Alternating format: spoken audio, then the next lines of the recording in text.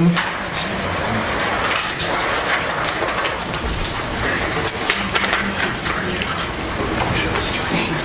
that's pretty. Ice cake.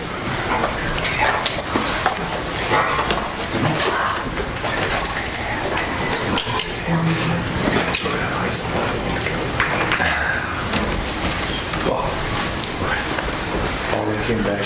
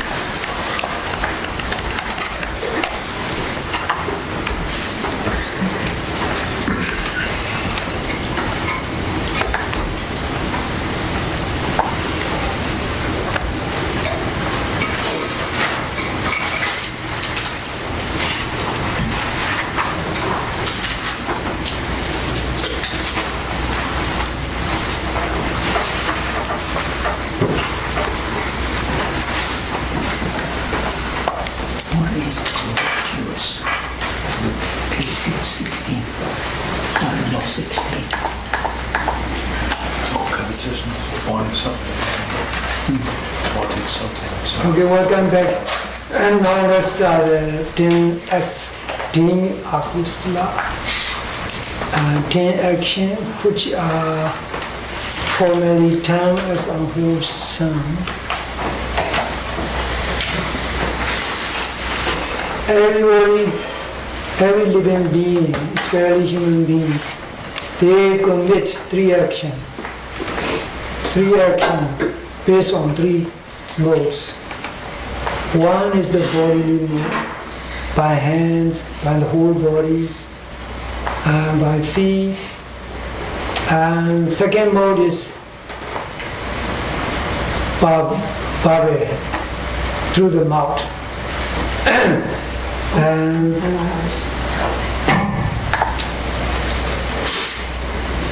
the third mode is by mind.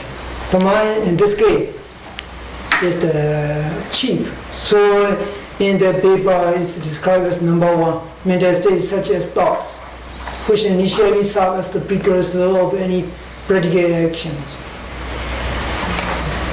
And number 2 is bodily action. And number 3 is bhabe action. In the first mode is latent and just only start taking roots in the mind. In this case, the roots are either greed or craving, or anger or ignorance. And once it is started in the mind, it comes out in the form of the words, in the form of the action, and speech and action. So any good action or bad action are committed in 3 modes. But the most serious one happen in the bodily action and bhabe action. But in the mind, even though it's not serious, it's not really good.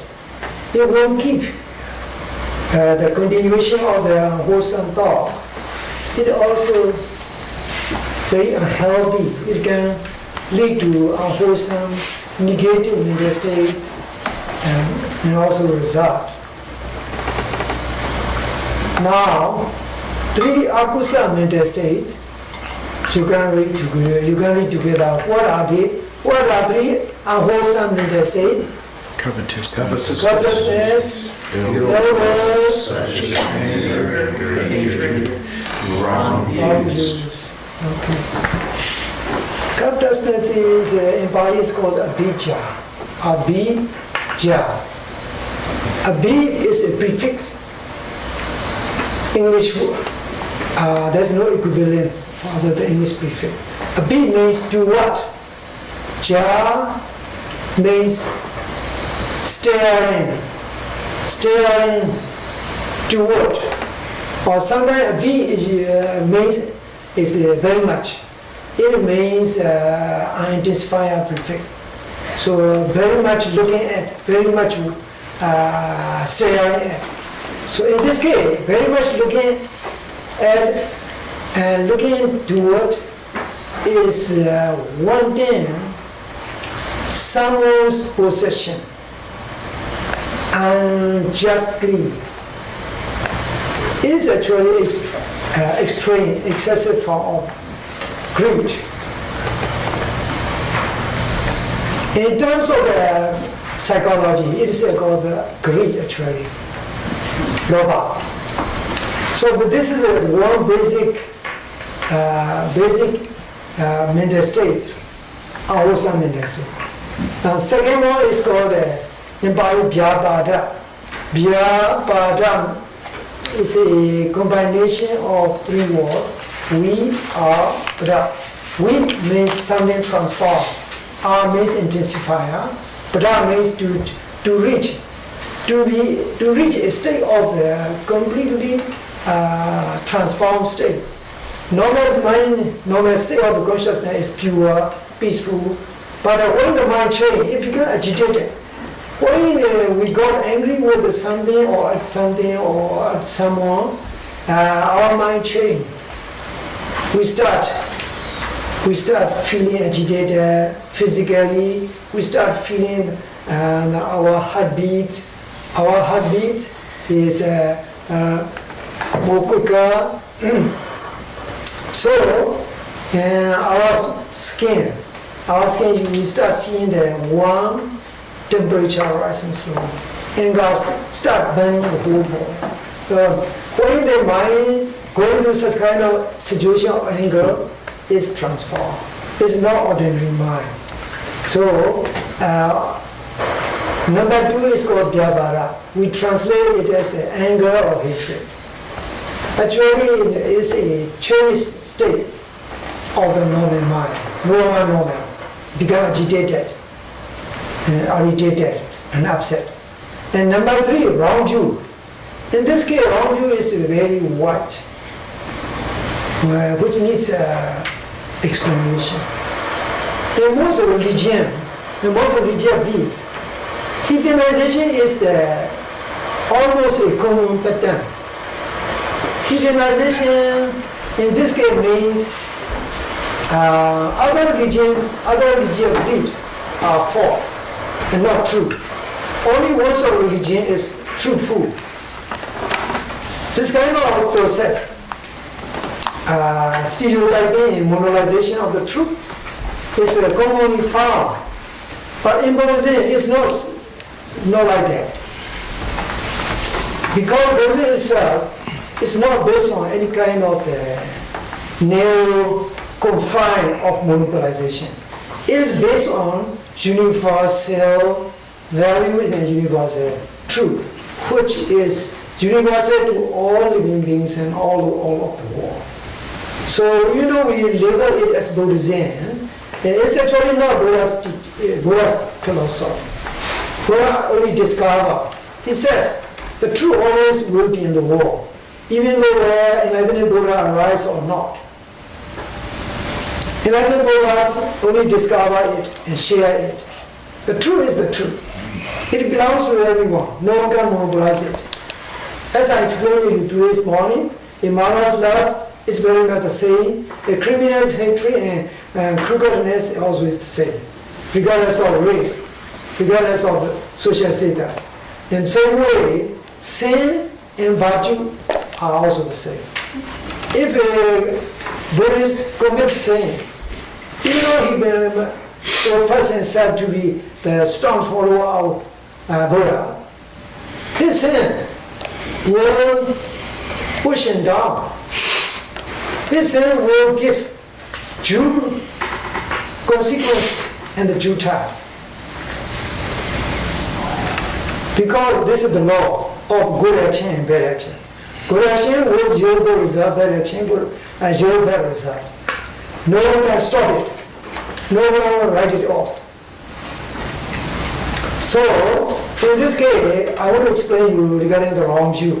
There are 10 facts defined by Buddha in Buddhist text.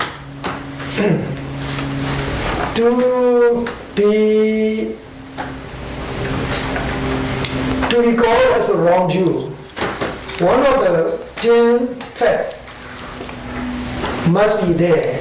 The first one, Nati Daya, Nati Yecha. Now, the first one, Nati Daya.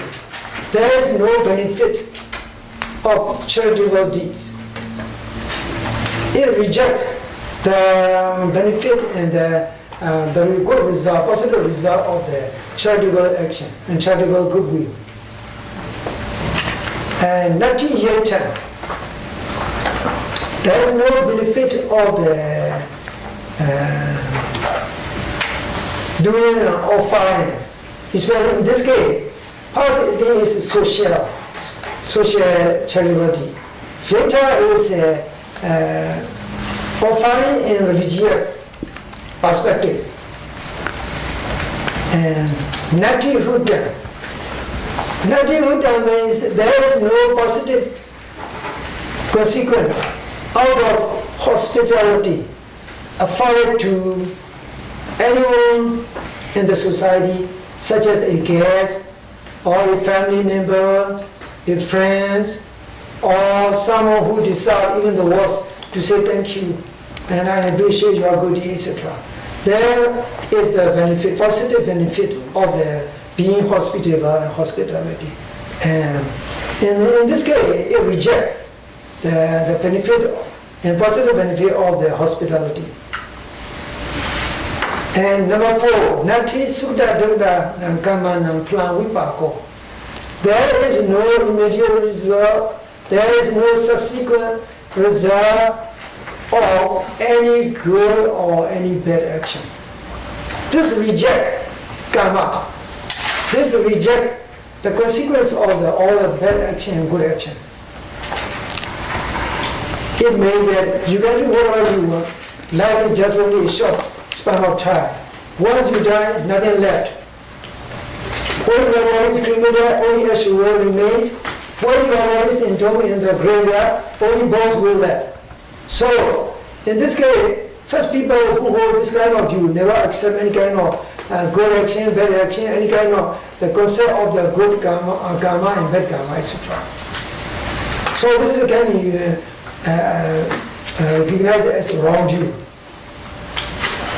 And number 5 is Nati Yang Loco.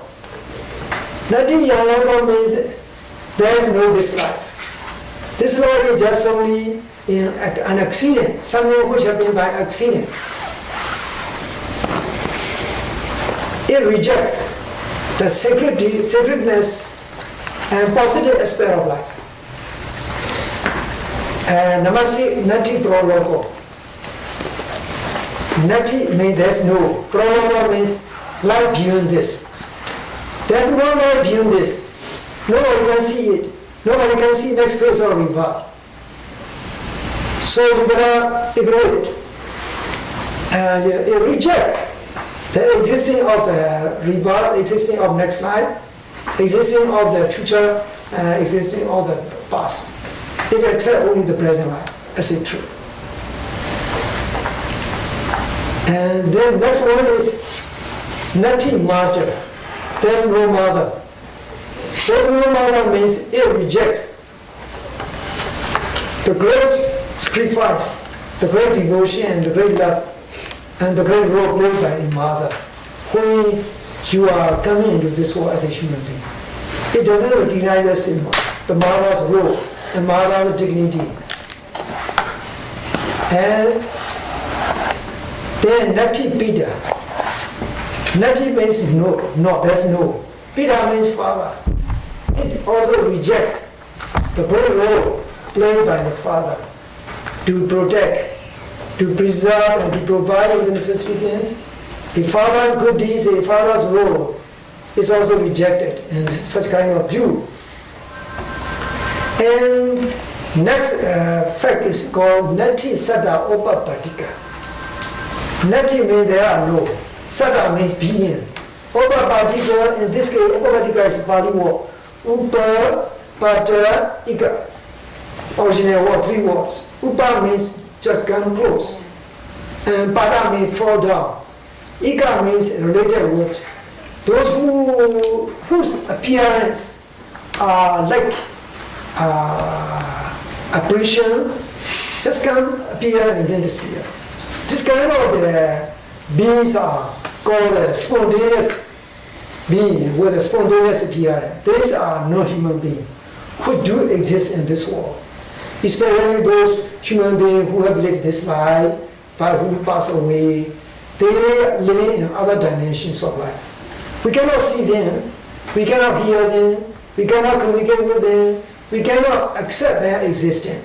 But in what they is saying, like the Buddha, they have the power, they have achieved advanced state of the calm and purity and stability, by means of which they can see those kind of non-human beings, let's say divine beings, ghosts, demons, goblins, sky-dwelling beings, tree-dwelling beings, earth-dwelling beings, mountain-dwelling beings, cave-dwelling beings, etc. And ocean-dwelling beings. There are a lot, even though we cannot see them. And this kind of living beings are called autopatica. They will come up, they can come here and disappear. You try to grab them, you cannot. You try to talk with them, you cannot. Because you have no ability. Your physical dimension and spiritual dimensions are not ready to communicate with them. Buddha himself has to make a lot of effort during the 6 years of the hard work in order to develop this kind of psychic, very strong psychic ability to communicate with a non-human being. And altogether, Buddha has a mission about his practice, his gradual development. Altogether, this kind of knowledge is called the Deva Jnana. That's not. A D means specially, extraordinary. Deva means divine being. Pali word Deva, English word divine are very much close, because they come from the Latin, and Pali word Deva is also very close to the Latin. So a Deva Jnana means to know, does not mean to see. The ability of knowing and seeing the divine beings, and which is extraordinary. So he has to pass through 8 gradual steps. At first he can only see the moving lights. Later on, he can see the people behind those lights. And he can later on start communicating. So altogether he mentioned about the 8 steps. He has to slowly proceed 8 steps in order to reach complete capacity to communicate with the non-human divine beings. So in this case, Nati Sada Obabadika, there are no such being, such as a ghost, divine being, or non-human being, demon, etc. It doesn't accept any kind of the existing of those non-human invisible beings. And the last one is Nati Loki Samana Pimana, Samagada, Samabhibana, Ye Ninja Logan, Prenja Logan, Sambania, Sichi Gadwa, Oedendi. This is a very long word, long sentence. Nati Loki Samana Pimana. Nati, there are no Loki in this world. Samana Pimana, the holy man, and the holy Brahmin, holy saints. Ye Ninja Logan, Prenja Logan, and Sambania, Sichi Gadwa, Oedendi, who can see both this world and those living in other dimensions of the life. In this case, this rejects the existence of saints with their extraordinary capacity. So altogether, a principle, a fact. Anything which rejects the benefit of the charitable deeds and goodwill action and hospitality and all the noble deeds and the existing of the sacredness of this life and the existing of the next life, and also the role of the parents, and also the role of the Holy One. Only those who reject this kind of thing can be called a wrong Jew. So in brief, we have to understand that we have to basically accept that life is a secret. And there's a good result of good action, and bad result of bad action. There could be next phase of life, even though we cannot see, even though we cannot see physically. There could be divine beings, angel, and we have to accept this basically. And if we have this kind of basic acceptance and basic understanding, we can go there, we are holding the right view. So in this case, all the Buddhist people who are not Buddhists are the wrong Jews. Those people who have good will and good action are good people, right people, wholesome people. It's very broad. So once you understand this, Buddha's teachings are not confined in a very narrow frame of limitation. It's very broad because it's based on the wisdom and universal values. So now,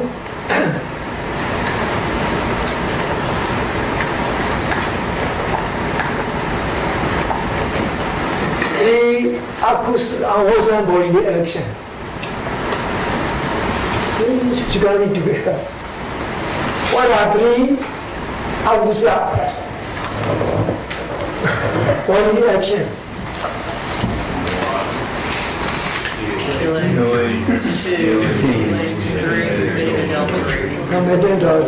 Actually, there are a lot of bad physical things.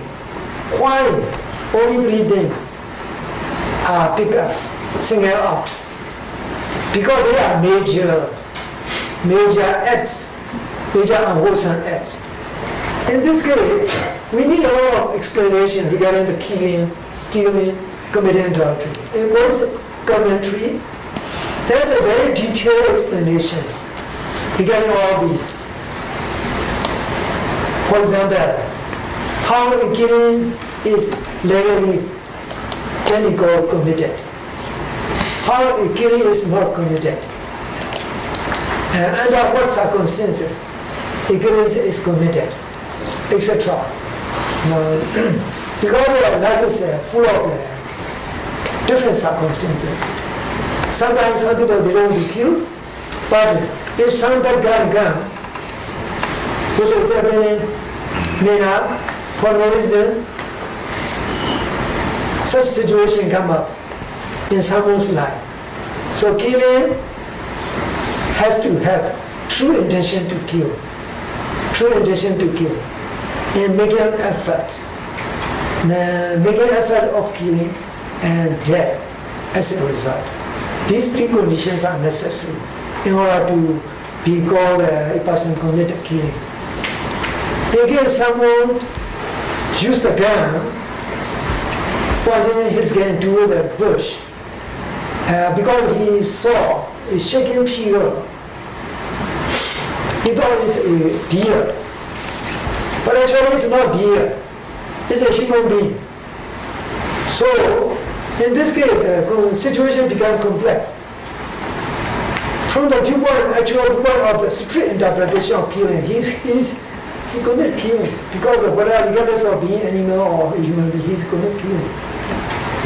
So sometimes we better live as it is, because depending on situation, explanation is complex. So we, as a goodwill person, killing is not allowed. We have to avoid. Stealing is also the same way to avoid it. Committing adultery is more important to avoid because it can break down the family. It can break down the marriage. So it brings a lot of bad results.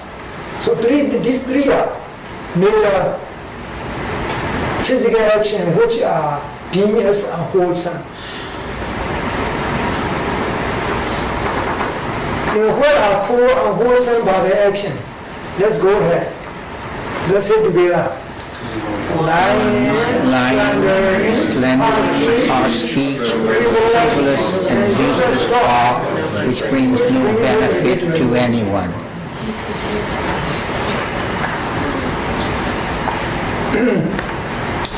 In both texts, lying is the base and the foundation of all evil. anything evil. A person who is not afraid of lying is ready to do anything bad. Therefore, lying is the worst violent crime. In this case, there are a lot of different types of lying. A mother sometimes may persuade a child to drink a cough medicine which tastes bitter and sweet. In this case, a mother may say, this is sweet, just try to drink, it will make you good. So the child drink it. In this case, this kind of lie is not to affect negatively, but to affect positively. So sometimes it depends on the effects of the lie. Sometimes some of the lies are really harmful and dangerous in some situation. Depending on the seriousness of the consequence, the seriousness of lying is sometimes judged in the text where the nature of the evil actions are explained. There's a story regarding about a saint. The saint is living in the forest hermitage. Then someone comes running toward his compound, and the monk saw it. And the guy go to other place. He hid somewhere inside, maybe inside the bush. And the people who are trying to catch that bad guy come asking the monk, "Sir, do you see the woman running to here?" And the monk trying to evade it. Because if you say directly, well, yes, I saw the man running to here. So he will be chased and killed. Because that is a good guy. He just committed a crime in the city and against a man, against soldiers, come chase after him. So the monk doesn't know actually. He just only understand they are coming to kill this guy. So in order to save him, our compassion. The man will, well, who told you that I saw this man running inside this place? In this case, it's very difficult. He is doing some sort of evasive war. That is very difficult to judge as a lie. She just has to say, who told you that I saw a guy coming to me that? Sort of changed the subject. That is skillful evasion. That's skillful evasion of question. So, this is only just try to refresh you. Sometimes life has different questions, different conditions, different circumstances. You just know about that. Now, surrendering. Surrendering is talking about bad things regarding someone, which may be true, which may not be true. But from the viewpoint, it's a true viewpoint of the morality. You gotta avoid talking about, especially talking negative things about other people. Even though it may be true, it's not conducive for anyone. It cannot lead to benefit anyone. In this case, I remember one of the guidance taught by my teacher. He told me that whenever you see something bad in someone, instead of talking about it, you have to reflect and check on yourself. Whether you have such kind of mentality, like that bad person, and trying to do bad thing. Then if you found you are imperfect one, you just trying to improve it and try to not to repeat like that person's action. And this is a very good rule. So when we saw something bad in a person, instead we try to improve by checking whether such kind of bad action or bad imperfect point we have or not. Once we find it, we also have that kind of imperfect point, then we have to remove it, we have to improve it. This way we can proceed for the progress. Now, number 3, harsh speech. Harsh speech. Every day you may hear sometimes harsh speech, even sometimes in mother. The mother use harsh speech to her disobedient child. Use of harsh speech is not good, not recommended, not encouraged. In case you see some harsh speech uttered by such wholesome people like the mother to her disobedient son, how you are going to view? The mother's goodwill is immense. Disobedient son is always going out and hanging around. He never comes back in timely manner. Sometimes mother says, if you hang out too late, you will see the demon, you will see the ghost, and who will crush you. In this case, the mother's love is immense. She's just trying to intimidate her son so that he come back in a timely manner. Because of her goodwill, even though she committed harsh speech, in Buddhist is explained as this is not true harsh speech, because her goodwill is dominate in this matter. This is one explanation I came across in the commentary. Also regarding telling the lie, there are something in your household. Sometimes there are some people who used to come to the house, maybe who to borrow the money, to borrow such and such thing, and they never return. They never return the money. They never return anything they borrow. When such kind of people come, next time, if you, instead of refusing directly, you can say, we don't have any money anymore. We don't have any money. We don't have an amount of money to borrow you. If you say like this does not constitute serious lie. So there are such explanation. So the best course of action is you simply avoid. You simply avoid telling lies and slandering and using harsh speech. Even though there are some explanation depending on situation, they are only to review in the context of situation, not in the context of the rule. There is no context in this rule. Direct translation, direct interpretation is very simple and to the point. We better not do lie, we better not do slander, we better not do use harsh speech. And then number 4, frivolous and useless talk. Frivolous and useless talk are kind of talk that bring no benefit, that has no meaning, and that has no substance. In today's time, it is more important because we use a lot of the stuff, such as chat room, giving comments on the Facebook, etc. We waste a lot of time. Some are really beneficial, some maybe not.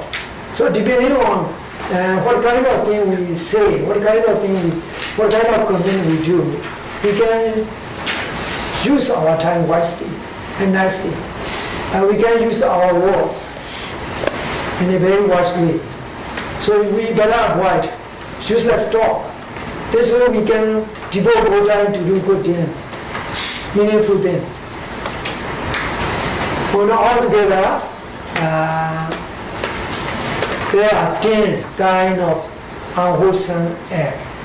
3 unwholesome mental condition, 3 unwholesome bodily condition, 4 unwholesome verbal action, altogether 10 unwholesome acts. These are called in Pali dusrita. Du is a prefix. Du means bad. Srita means conduct, bad conduct.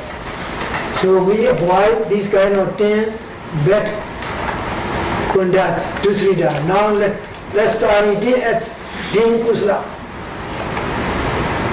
First, 3 Kusla mental states.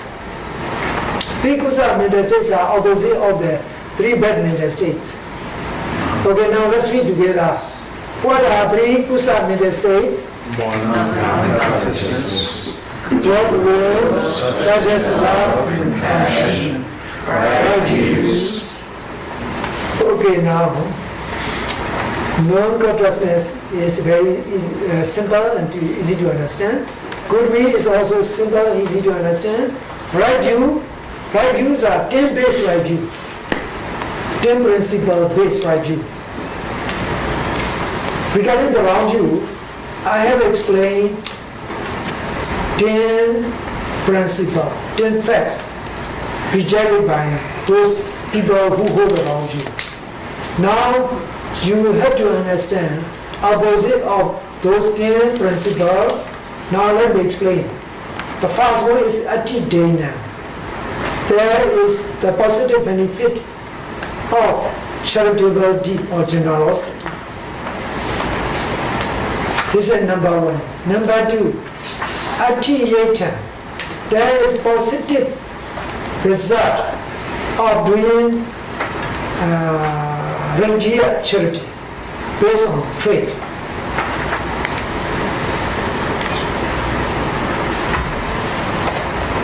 And Ati-Huda, there is positive result of goodwill hospitable action. And number 4, Ati-Dukda Dukda Nankamanam Flamipako. There is immediate result, subsequent result of any good action and bad action. But number 5 is Ati-Ayan Loko. There is the blessing and sacredness of this present life, human life. Ati-Prabhako. There is also future rebirth upon expiry of this present life. And Ati-Mada,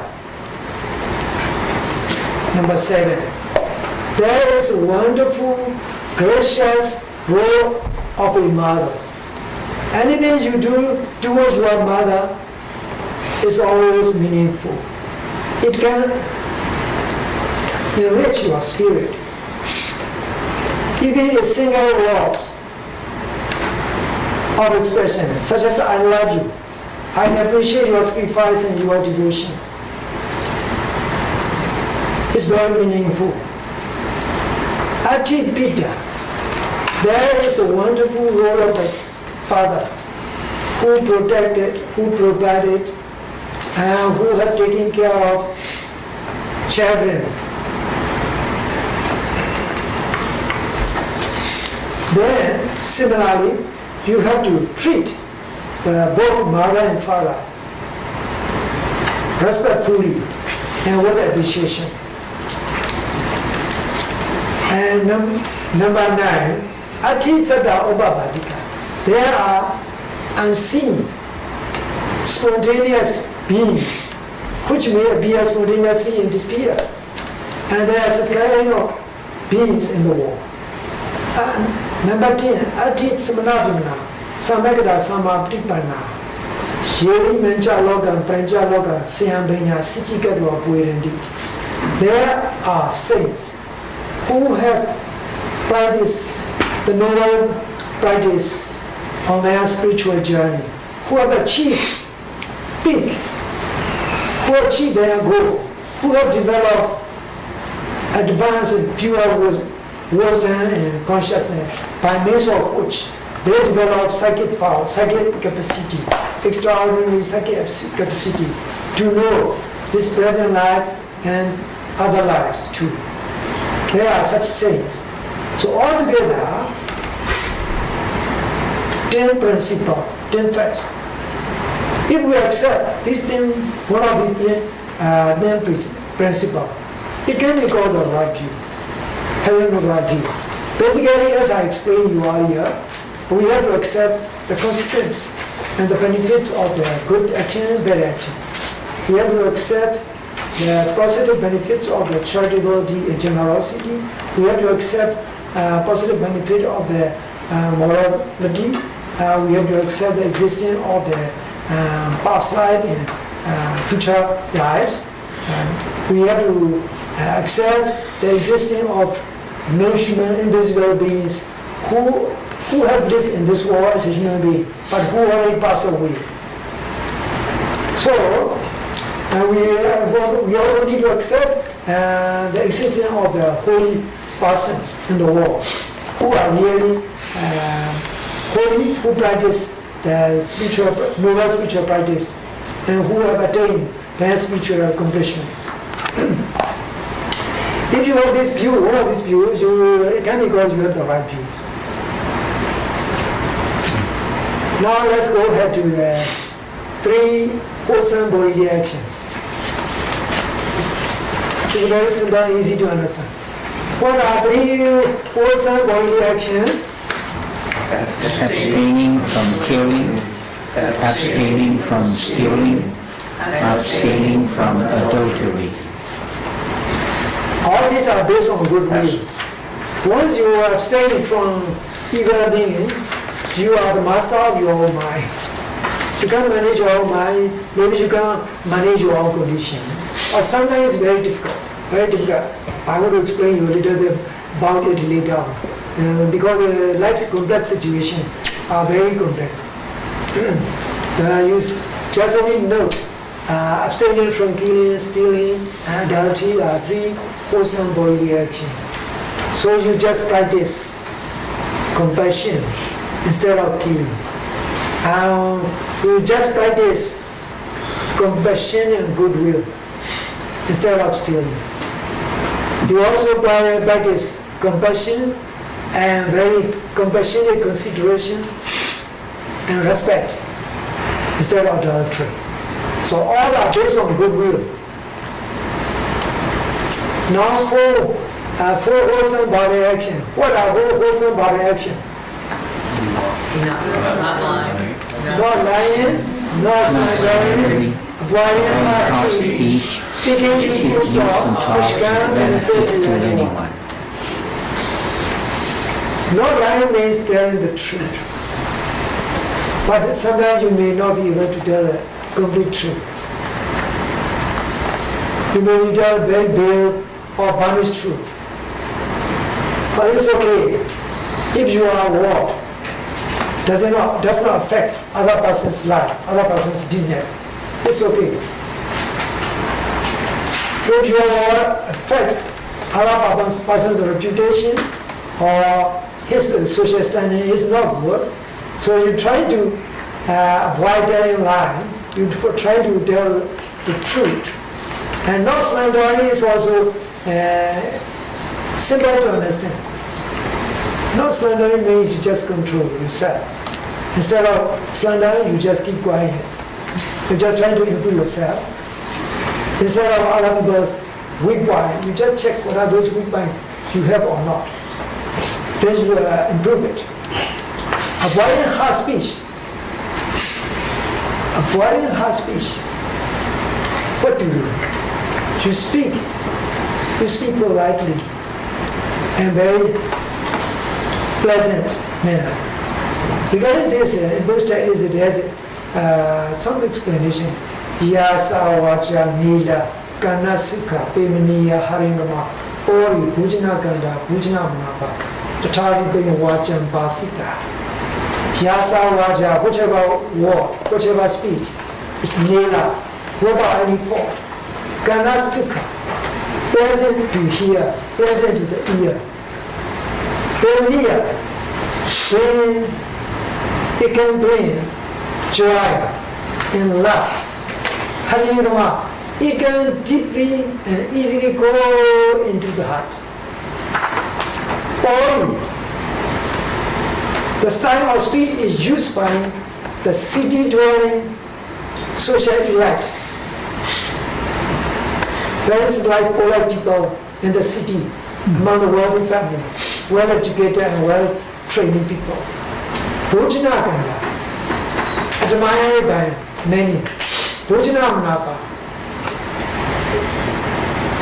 can bring happiness to most people. The Taliban Jambasita speak only such words, which has this kind of characteristic. We may not be able to follow this rule because the rule mentioned in the Buddhist text is very wide. Nela, it must be blameless without any fault. Kana Sutra is not hard on the ear. It's easy, very easy to hear and very easy on the ear. Purniya is lovely and pleasant. Harinama, it can go down into the heart of the hearer. Polly, it must be polite, like a wonderful lady's speech. Polly in this case is a female gender. It means that the city-dwelling, well-trained lady's speech. She used only very polite word, whatever she said. So we must try to follow her style of speech.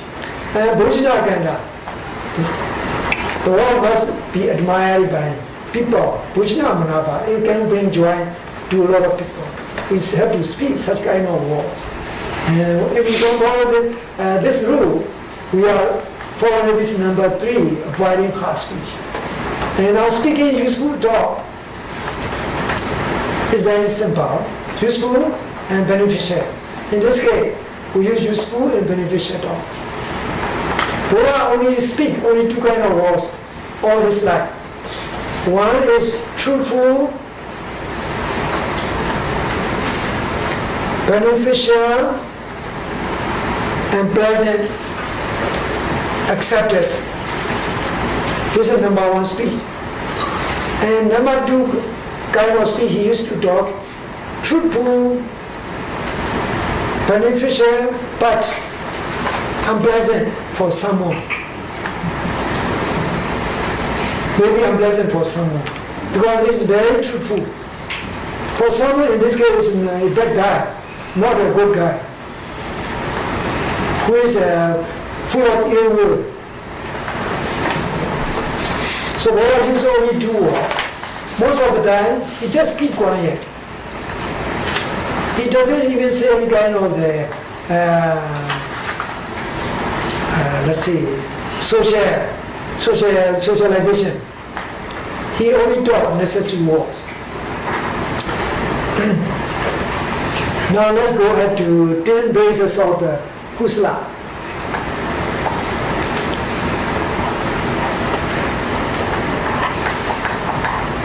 So, okay, now we should have a break, I think, because we are already here 45 minutes, right?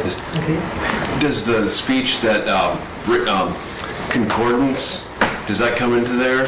Instead of, I remember you're not supposed to speak to divide people. You're supposed to speak to bring people together too. Yes. Does that fit in there? Yes. Okay.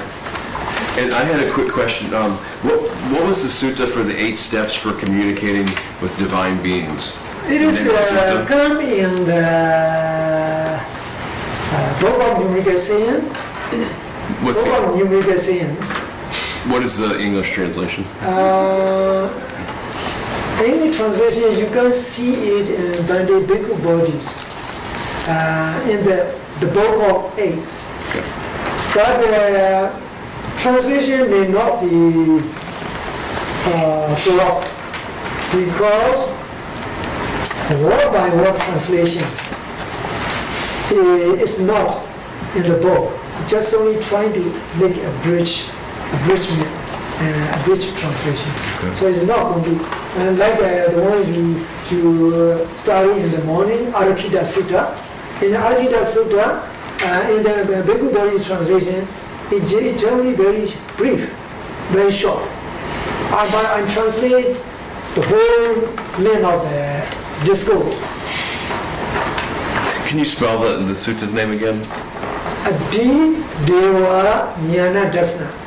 But it is called in Kayasita Sutta. Kayasisa. Kaya means Buddha Kaya. Where Buddha attained enlightenment. That discourse was taught in the Buddha Kaya. a few months after attaining perfect enlightenment, he taught that discourse to a group of 1,000 monks who were assembled there, who have been ascetic in the forest. They became disciples of Buddha. And Buddha gave them this Dharma talk. Okay, thank you. Is the Sutta Central or access to insight can have optional classes? You can go to the book of 8. I will recheck with the book here I have. So that you can.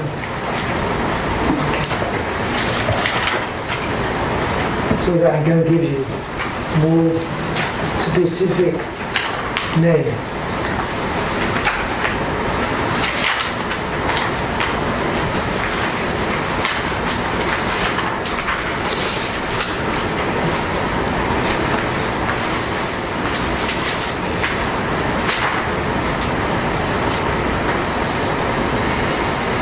Sutta Central is good because they sometimes will have multiple translations. Probably Vyasisa, yes. 1, 2, 3.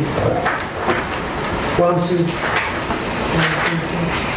Anguttara Nikaya. Yes, come to Vyasisa. Vyasisa is the name of the Buddha's enlightenment.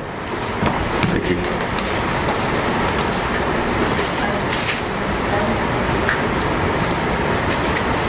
You have a question? No, how do you spell that Gayasisa.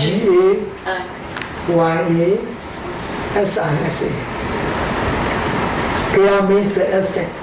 Sisa means the head of elephant. Usually it refers to the mountain, which is very much similar like the elephant in the sitting position. And the head of the mountain is very much looks like the elephant. So it's called the Vyasisa. During that time, that hill may be a lot of trees. And nowadays it's just a bare hill. If you visit India, you'll see it. There's no more trees. No more trees. So let's have a break.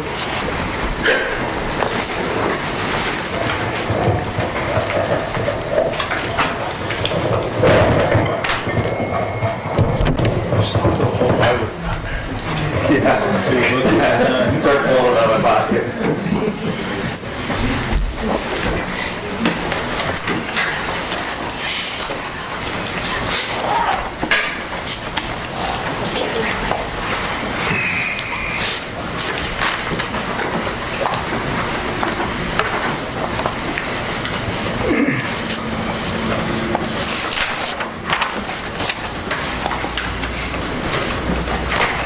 Now let's start with 10 bases of the wholesome action. There are also 10 bases of wholesome action, which can be easily said as the ways and modes of doing acts of kusala, acts of wholesome and wholesomeness. They are universal. They are not limited to the specific community alone, such as the Buddhist community in Buddhist countries. Once you see by yourself, you will understand that Buddha's teachings are so broad and so unlimited. It transcends all the confines, narrow confines and narrow limitation based on monopolization of the truth, based on delineation of otherness. Buddha teach about the universality of the human goodness. This clearly defines what goodness is from the viewpoint of universal perspective. Even though we are sharing here as a Buddhist ethic and Buddhist teaching, actually not Buddhist teaching. We cannot use such a narrowly bound. And now let's study. The first one is called dana in Pali. We study here because we are studying from the Buddhist text. So actually, they are universal. Dana means giving. Dana is a combination of two words, da and na. Da means to give. Na means act of giving. And this means of giving based on generosity, act of sharing based on generosity and goodwill. This includes any act of generosity in the form of sharing with others, doing charity, helping others with their needs and so on. So it's very broad. It is applicable to the whole world. So number 2 act of dana, number 2 act of the wholesome deed, what is called? Sila. Sila. Okay. Sila is a Pali word. It means habit. Sila original meaning is habit, habitual pattern. Habitual pattern. The person may have good sila or bad sila, depending on how he can improve himself. If he cannot improve himself, he will have bad habits, like a smoking person, an alcoholic person, because he has a drinking habit. He cannot get out of that. He cannot improve it. So he is in bad habit, in bad sila. So sila is the choice. It's not a condemnation. Sila in this case means keeping good moral, good habits, observing moral precepts in daily life.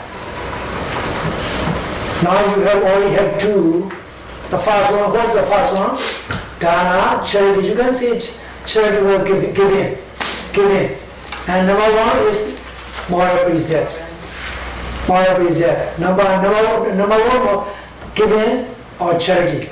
Number 2, moral precept. You just simply note it so that you can familiarize yourself with it.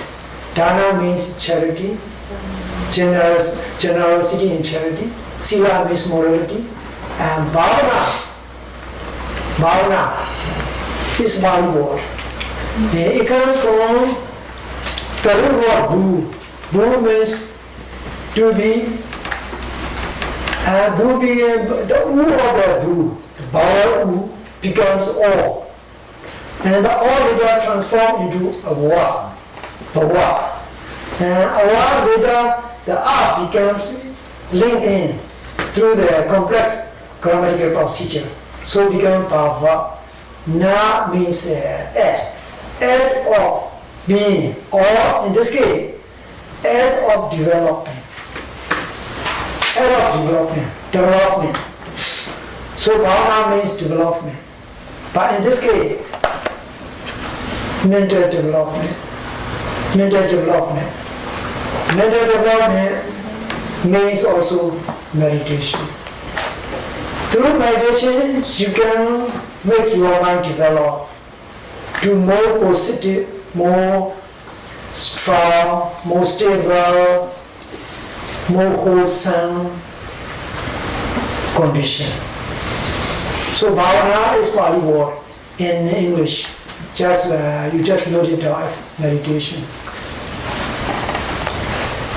So dana, charity, sila, moral precept, bhavana, meditation. So with that you have the three points, points where you can do wholesome action. If you perform charity, if you observe moral precept, if you practice meditation, you earn the merit. And the merit is not important. Benefiting you for your long-term well-being is more important. So this Pali word bhavana means to train and to develop. In this case, it means to develop one's mind and mental nature, cultivation of the mind. This can be done by meditation and applying other recommended methods to train and develop one's mind so that it becomes strong, wholesome, and more positive. So the role of bhavana is very important and a person's progress, especially in spiritual journey. Now, number 4 is called apasjayana.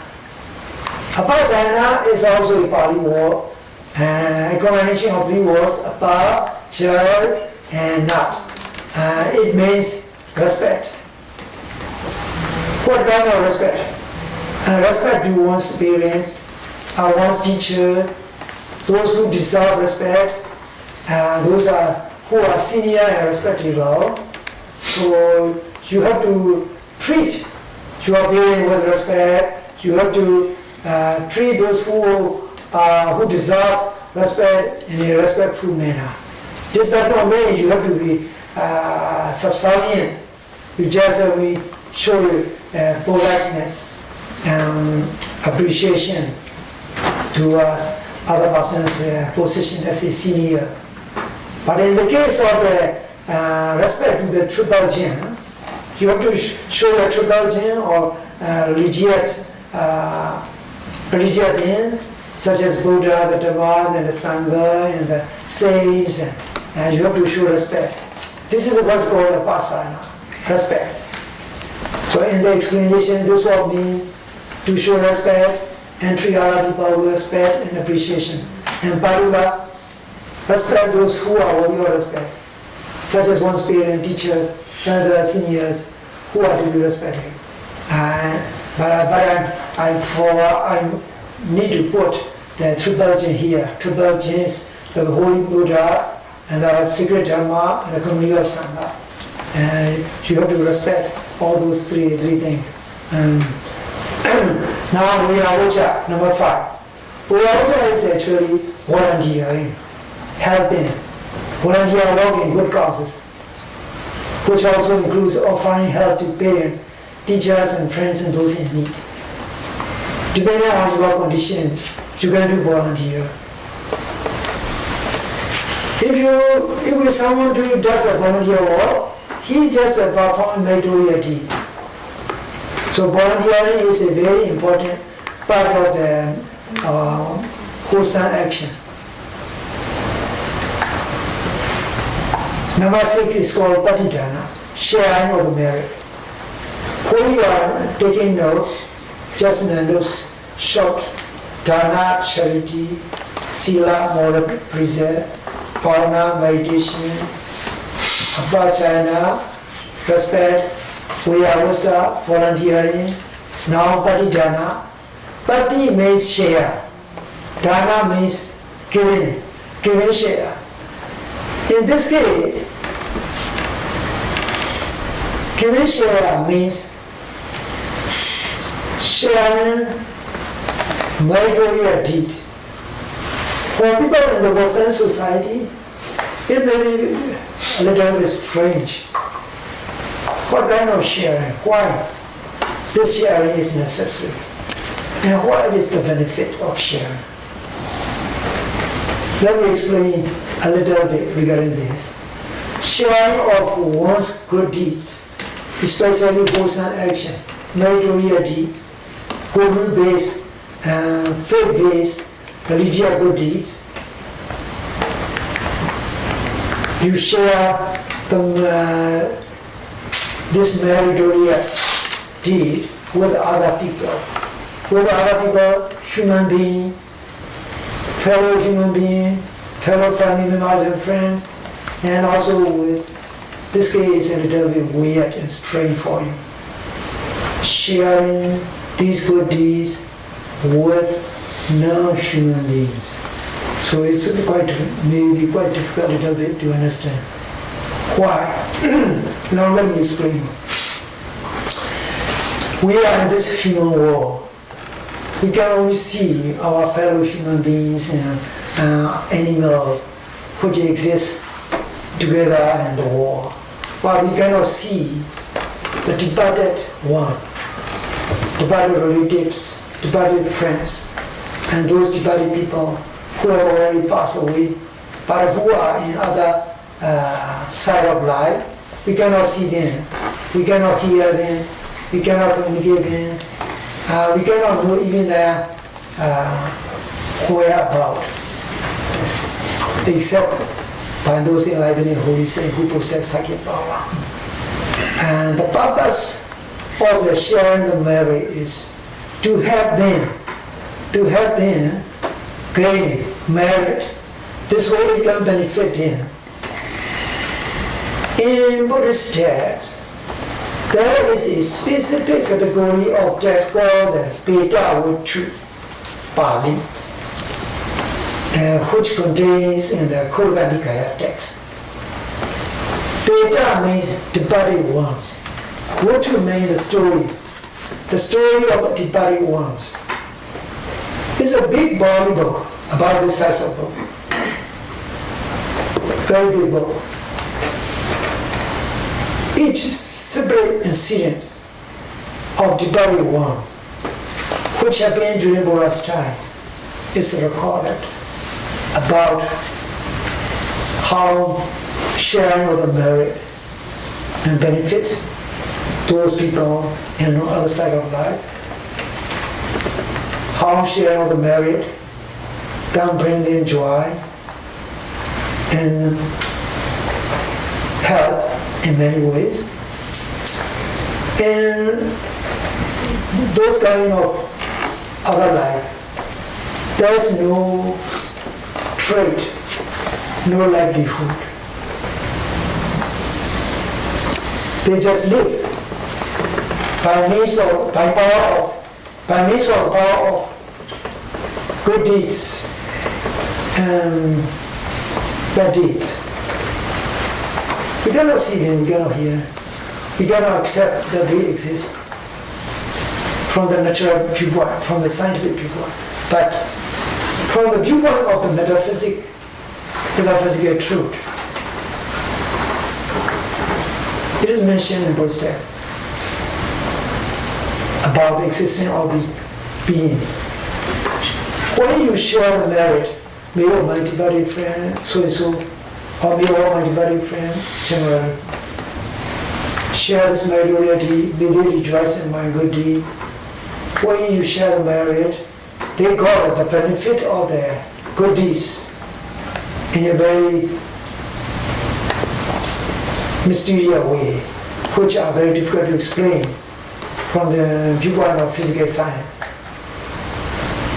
This custom is widely practiced in countries like the Thailand and Burma. People do charitable deeds in honor and memory of the departed parents and departed someone, etc. They perform material deed.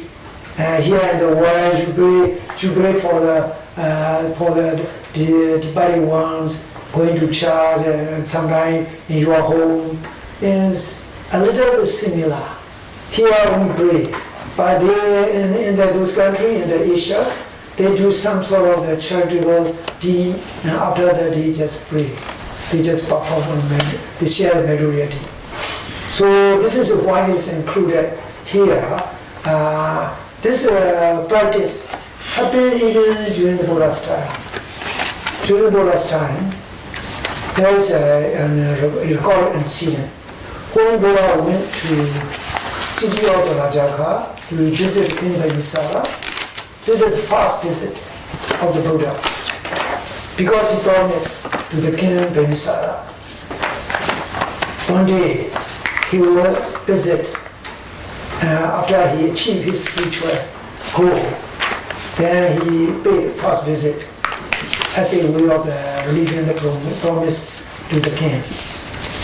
The king welcomed him, and next day he offered food. The king offered food to the monk, Buddha, and 1,000 monks accompanying him.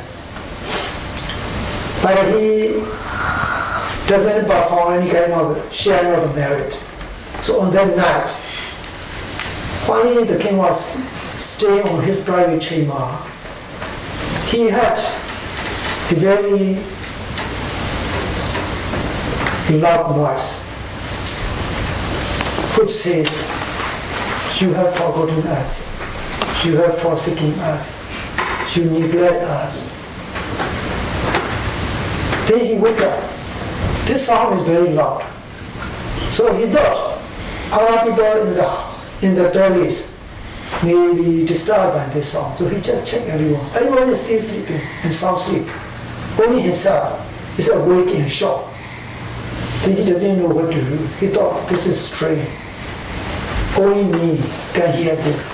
Other people cannot hear. So I must ask this situation, next week when the Buddha came to my berries for lunch. When Buddha came, he asked the question, Bani, last night I heard such a loud noise saying, complaining me that I have forgotten, then I have forsaken me, I neglected.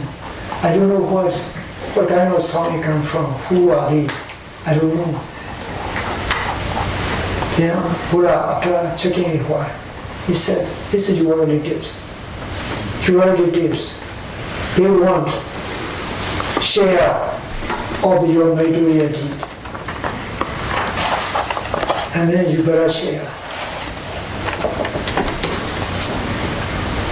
At that point, Buddha gave a Dhamma talk and named the Tirogutta Sutta. Tirogutta is the name of the sutta. It is included in Khuga Nikaya text. Tira means beyond. Gutta means wall. Beyond the wall. The discourse on the beyond the wall. It is about the existence of those departed ones, such as one's parents, relatives, maybe grandparents, great-grandparents, etc. Even though we cannot see them,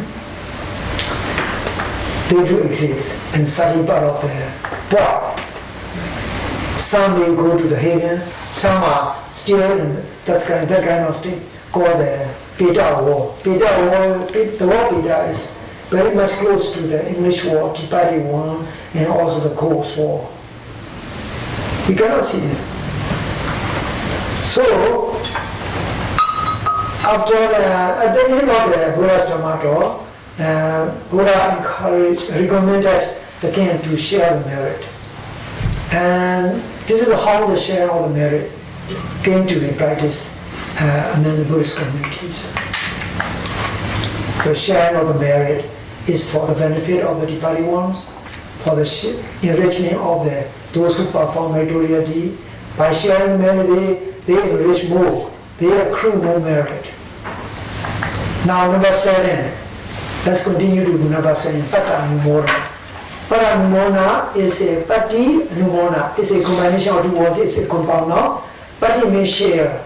Anumona means rejoicing. Rejoicing in others' good deed. For example, if one of you have done something good, you share the merit, you tell them, oh, I'm going to go there and just do something good. Oh, very good. I am really happy to hear that. I appreciate your good action. Because you rejoice in others' good deed. And what benefit you can get? By rejoicing in others' good deed, and you can also get benefit.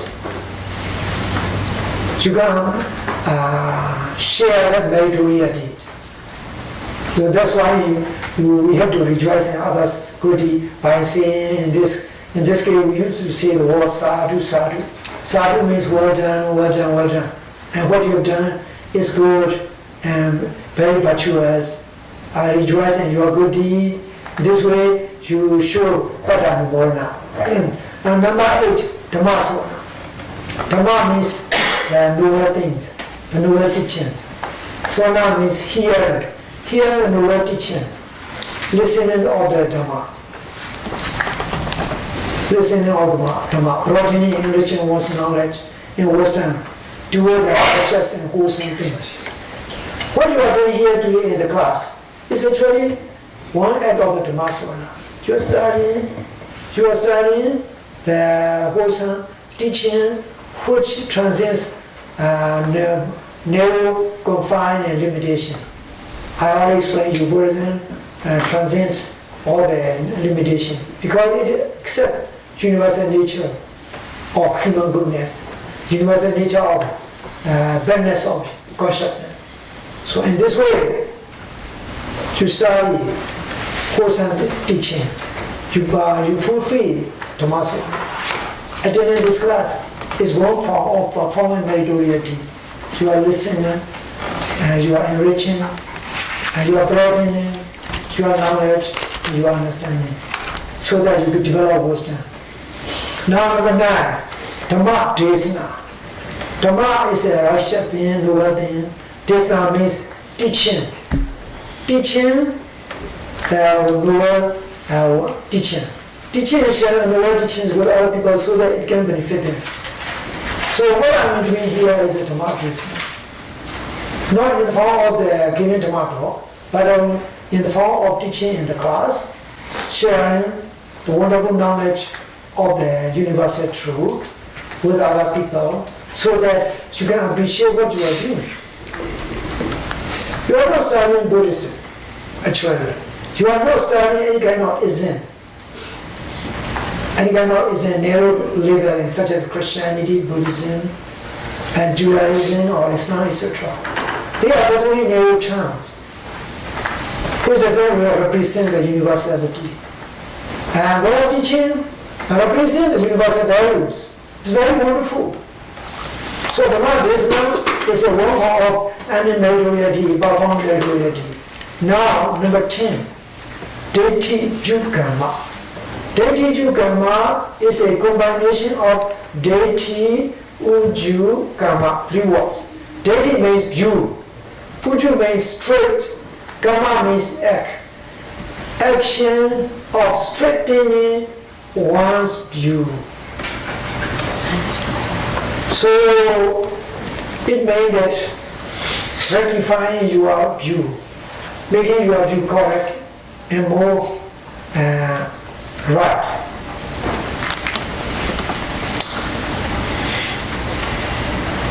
What does it mean?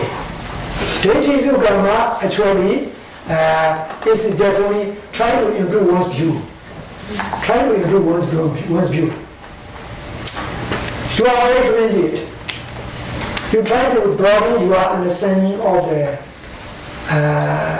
different things in life by studying ethics from different perspectives, what it involves and what is the definition of what kind of role it can play in the person's life and how it can benefit, etc. This is also one of the improving one's view. Actually, everybody has their own view. Sometimes our understanding of certain things are not clarified. We still need to clarify, we still need to make it more correct and more true. So we need to occasionally review our view, our understanding. This is what it means, Deity Jukama. Regarding the term deity, which means the view, I explained you the right view and the wrong view. The right view in Pali is called Samma Deity, the right view. Wrong view is called the Michya Deity, the wrong view. And you accept 10 principles, the rule of 10 principles, then you have the right view. If you reject those 10 principles, then you have the wrong view. So Deity Jukama is improving one's understanding and one's view regarding those kind of important things in life. Now, let's proceed to, fast. We should repeat what are 10 days of the wholesome deeds. Can you briefly say? Dana, charity, sila, morality, bhavana, meditation, bhajana, respect, showing respect.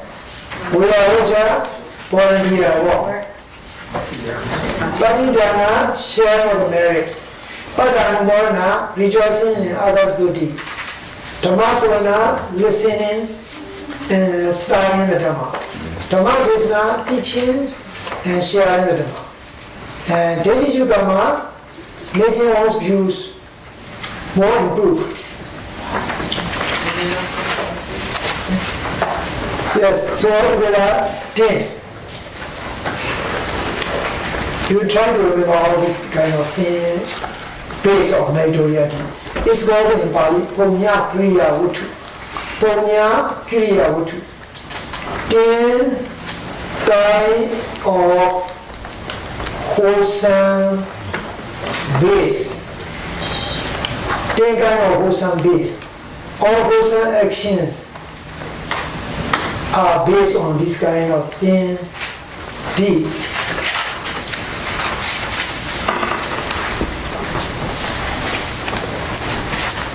I hope you can make a note with a brief English translation.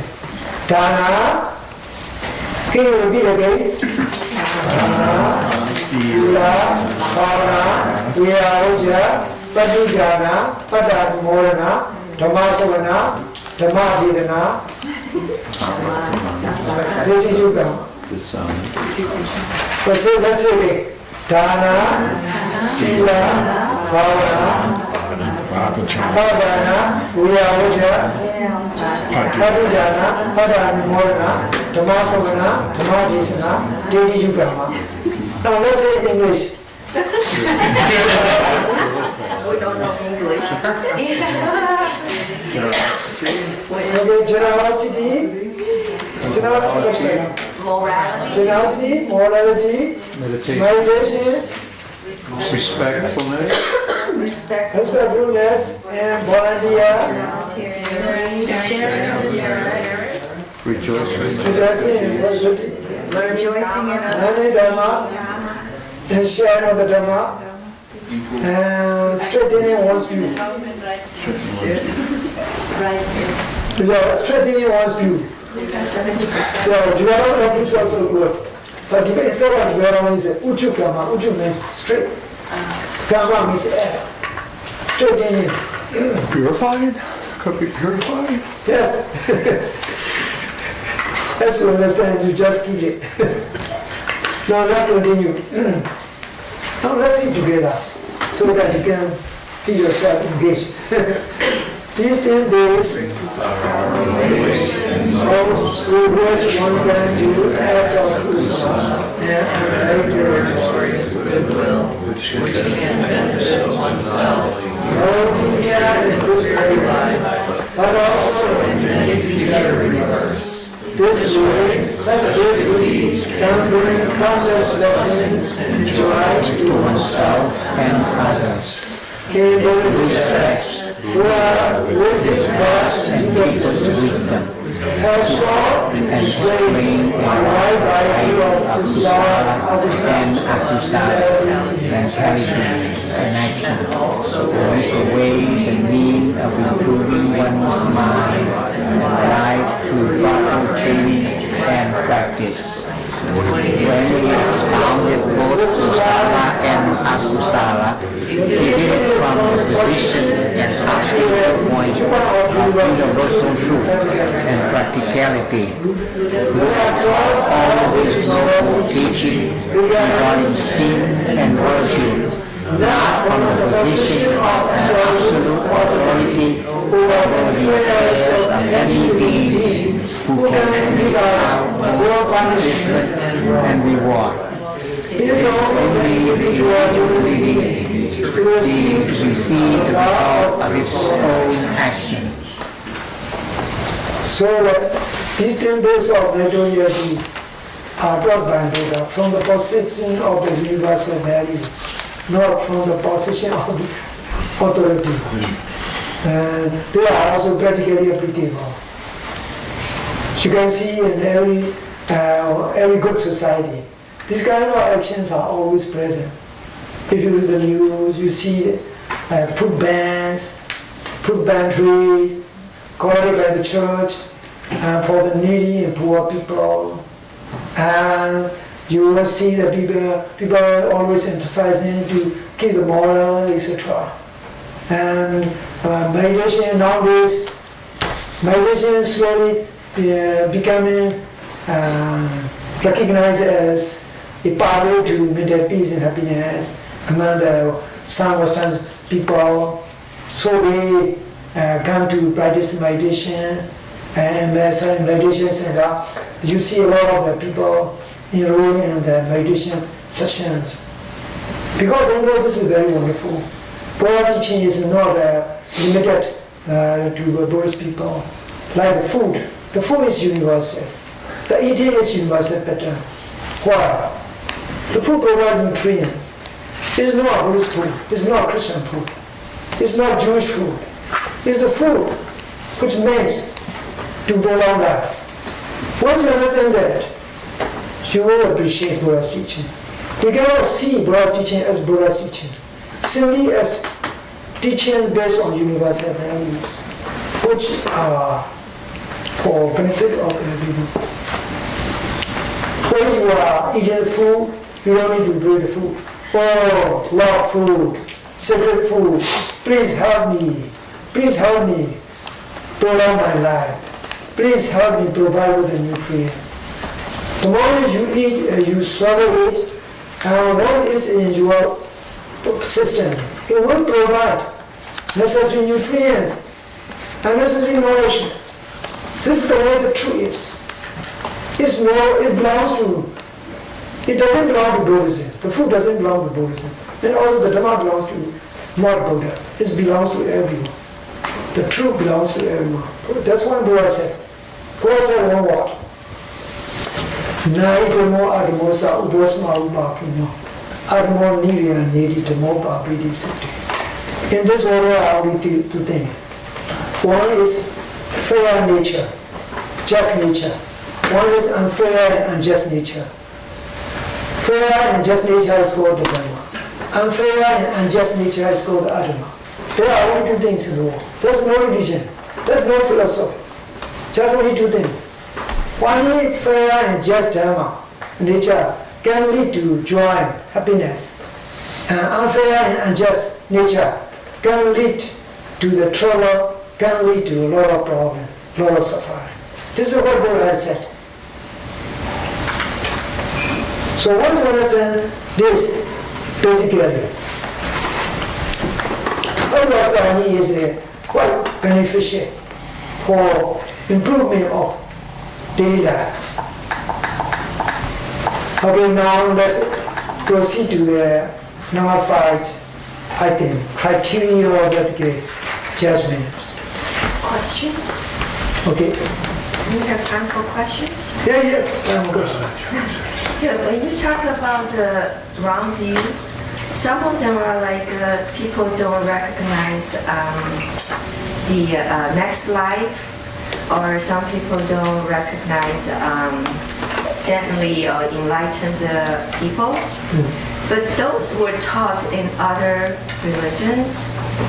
And for those people who do not have this kind of view, what will happen to them? Actually, this is an individual destiny. Individual destiny. Depending on that person's action, he can have either good or bad destiny. Sometimes, even though some people are very much devout Christians, devout Jews, or devout Buddhists, or devout Muslims, etc., if they have a lot of goodwill, doing good things all their life, these people will be good in the next phase of life. In Buddhism, no one can bring down you to the hell, and no one can bring you up to the heaven.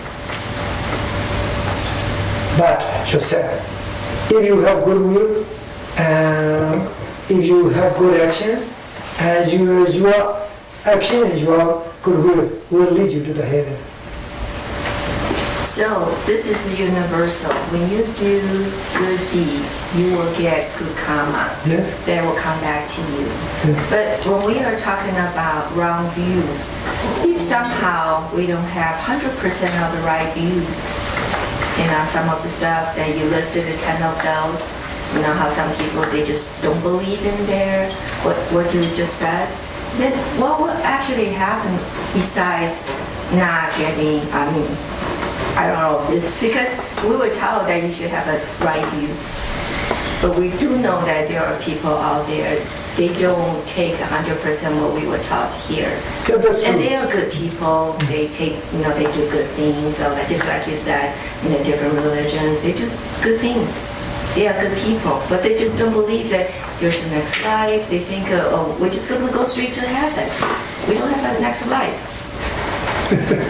So what differences would it make that here we learn that, hey, we do have a different life, next life and a future life, so that, and we came from many, many previous lives, all that, but they don't believe in that. So how do you say about those situations? Well, they are not to blame. It's not their fault. Actual condition is the way life is. The life is very mysterious. In those texts, it's clearly mentioned about the 4 difficult things to explain. The first one is the truth. The second one is life. And the third one is the process of rebirth. And the fourth is called the dependent origination. These are very difficult, 4 difficult topics which are difficult to explain and which are difficult to understand. Both the speaker and the listener has difficulty to understand this. For example, regarding the next life, it is just a transfer of energy which takes place. The actual soul which lead this body is invisible. No one can see a person's spirit leaving the body with a physical eye. No one can see a departed person who was being dead in his presence, his whereabouts, with a physical eye. So transferring of the energy in this case happens in the form of the cause and effect. Invisible energy states being transferred to the next phase of life. It's very difficult to explain. Only the Buddha, with his extraordinary psychic ability, can mention. These kind of things are called in those texts, Anekan Sikatama, uncertain truth. True, but uncertain. There can be a lot of argument and counter-argument. They are sometimes called the metaphysical truth. Even though they are true, physical science cannot prove it. So it's a quite tricky subject to talk about. Then rebirth. Even the questions regarding the present life is very much difficult to answer. For example, in Buddhist it's clearly mentioned about that. Life has 2 unknown edges. So it means that there are 2 connections which are hidden, which are unknown. The first connection is with the past. Second connection is with the future. We can only know the present. We know ourselves, I'm born in Burma, I'm born in China, I'm born in America, and so my father's name and mother's name is like this and this, and so it's right. We can know all the biographic data, personality data regarding this present life. We cannot know the past. Even though there is a link with the past, we don't know. Also, future, we don't know where we are going after we finish this lifetime. So these 2 edges are always unknown and always remain in complete secrecy. So sometimes some people just only accept it, oh, we are created by God, and we're trying to please in God, and we will go to Him when we die. Simple, most simple and easy way. For the thinking people, it's quite difficult to accept such kind of disparity among human beings. For example, now coronavirus is coming up in the world and causing a lot of problems. If people have a strong belief and strong faith and studying powerful deity, they can pray. They can pray to remove all this illness immediately. But This doesn't happen. So it's quite difficult. Sometimes very difficult thing happening in the world, in our life. So we better use, according to Buddha's word, we better use this time, present life, in a more productive or beneficial way. This is more realistic. This is what we have said. Then would it be correct to say that the importance of knowing all those 10 right views is to ensure in your next life or future lives that you are still able to keep your Shila? Maybe with the wrong views in a different life, you might be in violation of code of conduct? Does that make sense? Yeah. Wrong views cause confusion too, right? Right, so Wrong views cause a lot of problems. I have one Vietnamese friend living in Montreal. When I visit him, he's a communist. He just came to here as a scholar, student, but he sat down there. Then we talk about this and that. He said, "Buddy, we don't talk about the dead. When we die, this body will." He said, when we cremate it, we just only see the smoke, nothing left. He just tried to explain me from the community viewpoint. He doesn't accept the existing of the human consciousness, the existing of the good action and bad action. He simply accepts this present life. When the life finishes, there's nothing left. Very simple, but it's very difficult. Very difficult. The way maybe I've heard some people explain kind of the idea of how other people or other beings would benefit from sharing the merit. You've got like these microorganisms. Nothing will live in this one like acidic environment, but a certain type of microorganisms will live in that environment and thrive. So wherever there's an energy source, there seems to be some kind of being living on that energy source, right? So this is like a subtle energy that some people could benefit from. I guess that's how I've heard some people explain it. Yeah. So In Buddhist, there are a lot of description regarding the human beings. So we better leave it out because we need to continue with our goals. We are not practically beneficial instead of taking too much time. but I don't know, you were talking about sharing merits. We know that's very important, but how actually we could share the merit? How the other side of beings will be able to receive our merits? We cannot know for sure, but we do it as a necessity. So how do we do that? Just intention. say it? Yeah, we say, may all beings in the heaven, may all beings in the world, those who are there, may all departed ones, Seen and unseen. share this my glory, may they rejoice in my good deeds, may my good deeds benefit them in their life. May they be well and happy. Just say that. That's Just to it. say it out. Yeah. I used to say this almost 2 times every day, when in the morning, almost in the evening, after I finish my daily deeds. And what you notice later on is that whatever you have, let's say a wholesome wish in your mind, you want to see that person, you want to accomplish that person, and you want to accomplish that thing, and all the kind of wish, all the kind of things come up out of nowhere, very strange way. So, for example, if you want to get that thing, you get that thing, and someone is helping you. So this kind of thing is called a blessing. Blessing in small package. You receive blessing in daily life. If you do majority and share the merit with the new human beings, you get what you want. So that's the trick.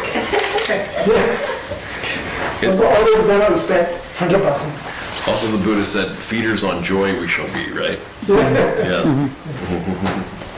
Then talking about the lie, if somehow, like for instance, says, oh, I have to go to a place and I'm running late, but I have to tell our friends that, oh, there's a heavy traffic, but actually it's not.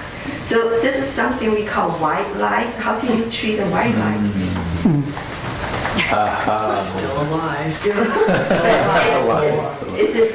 Does it cause that seriousness? Is the real lie, cause some kind of harmfulness to other people? Are you being concerned with the other person's feelings? Okay. There's your intention. So I don't know. Having good intention and good will is very important in every case. Having good will and good intention. Goodwill, good intention. Yes. So Very important. based on that, then some of Yes. the white lies are All the acceptable. criteria for ethical judgment, ethical actions are based on this. Even though we try to interpret in different ways. I'm sorry, I'll be unavoidably detained. Because I left late. But you don't tell them the second Okay, part. now let's continue. Let's continue to the criteria for ethical judgment. Okay, now let's look together how a choice and decision. How a choice and a decision is judged as being ethical and unethical. What constitutes an ethical Ethical judgment? judgment. These questions are Big questions with a lot of of implications, implications which involve a far broader scope of interpretation from religious as well as secular perspectives. Besides, these questions pose a lot of challenges to everyone when trying to have the correct answer. Because one single absolute answer is not possible. Answer within a limited view of religious or secular confine. because religious ethics and the secular ethics do not Find rise the authority from the same source.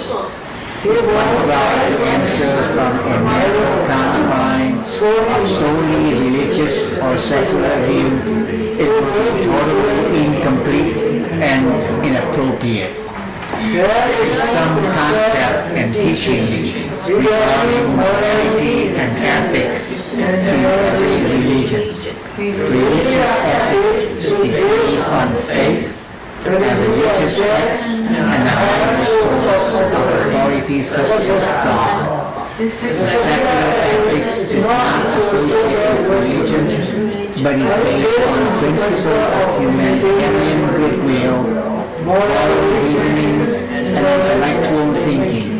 Its authority is moral integrity and profound vision and wisdom toward consequences which will result from the action, so that one can avoid negative results in as much as possible and make positive results happen for common good. Religious ethics is to please God, to avoid the curse and punishment from God, and to get rewards too. Secular ethics is aimed at protecting and respecting the well-being that involves or to promote the common good of all regardless of religion, race, or social status. Certain religious texts and certain God-religious teachings are cited as the ethical criteria. In secular Ethics depend on principles and actions which are conducive to preserving the common good and well-being of all those involved. It follows universal ethical criteria. It moves into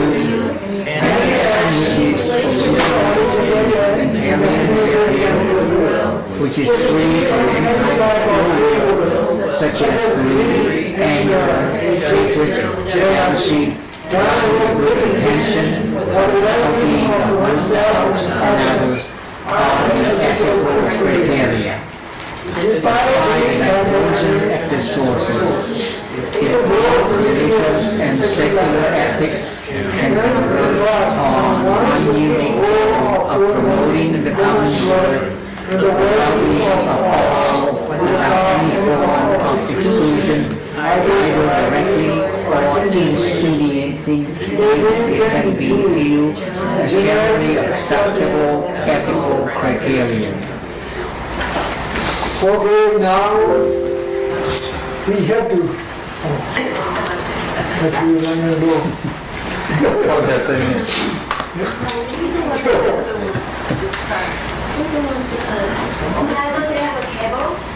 No, if you have the book, it's okay. We don't need. We can go through the book. We can go through the book. It's a much better. Much better.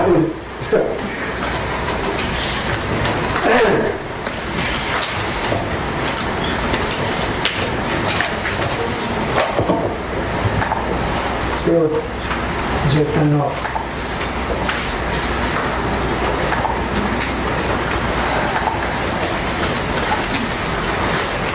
There is no companion form. Actually, to have a universal criteria for any ethical judgment is to product should be based on the universal value of compassion and goodwill. This is much more better. If we try to base criteria on religious text, certain specific religious text, it will be against the universal values. For example, in the ancient India is the practice among the public, including the kings and the wealthy people, the poor people, to offer sacrifice, animal sacrifice. Sometimes they even do human sacrifice. This is a widely practice, even in the times of the Buddha.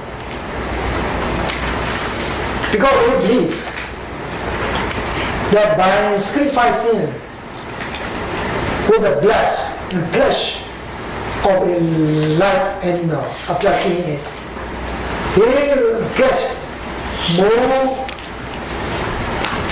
rewards from the divine beings.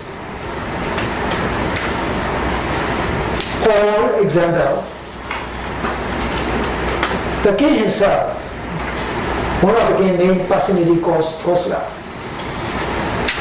and tried to sacrifice by robbing of 500 cows, 500 goats, 500 sheep, and slaves, human beings, and he intended to kill all these in order to sacrifice.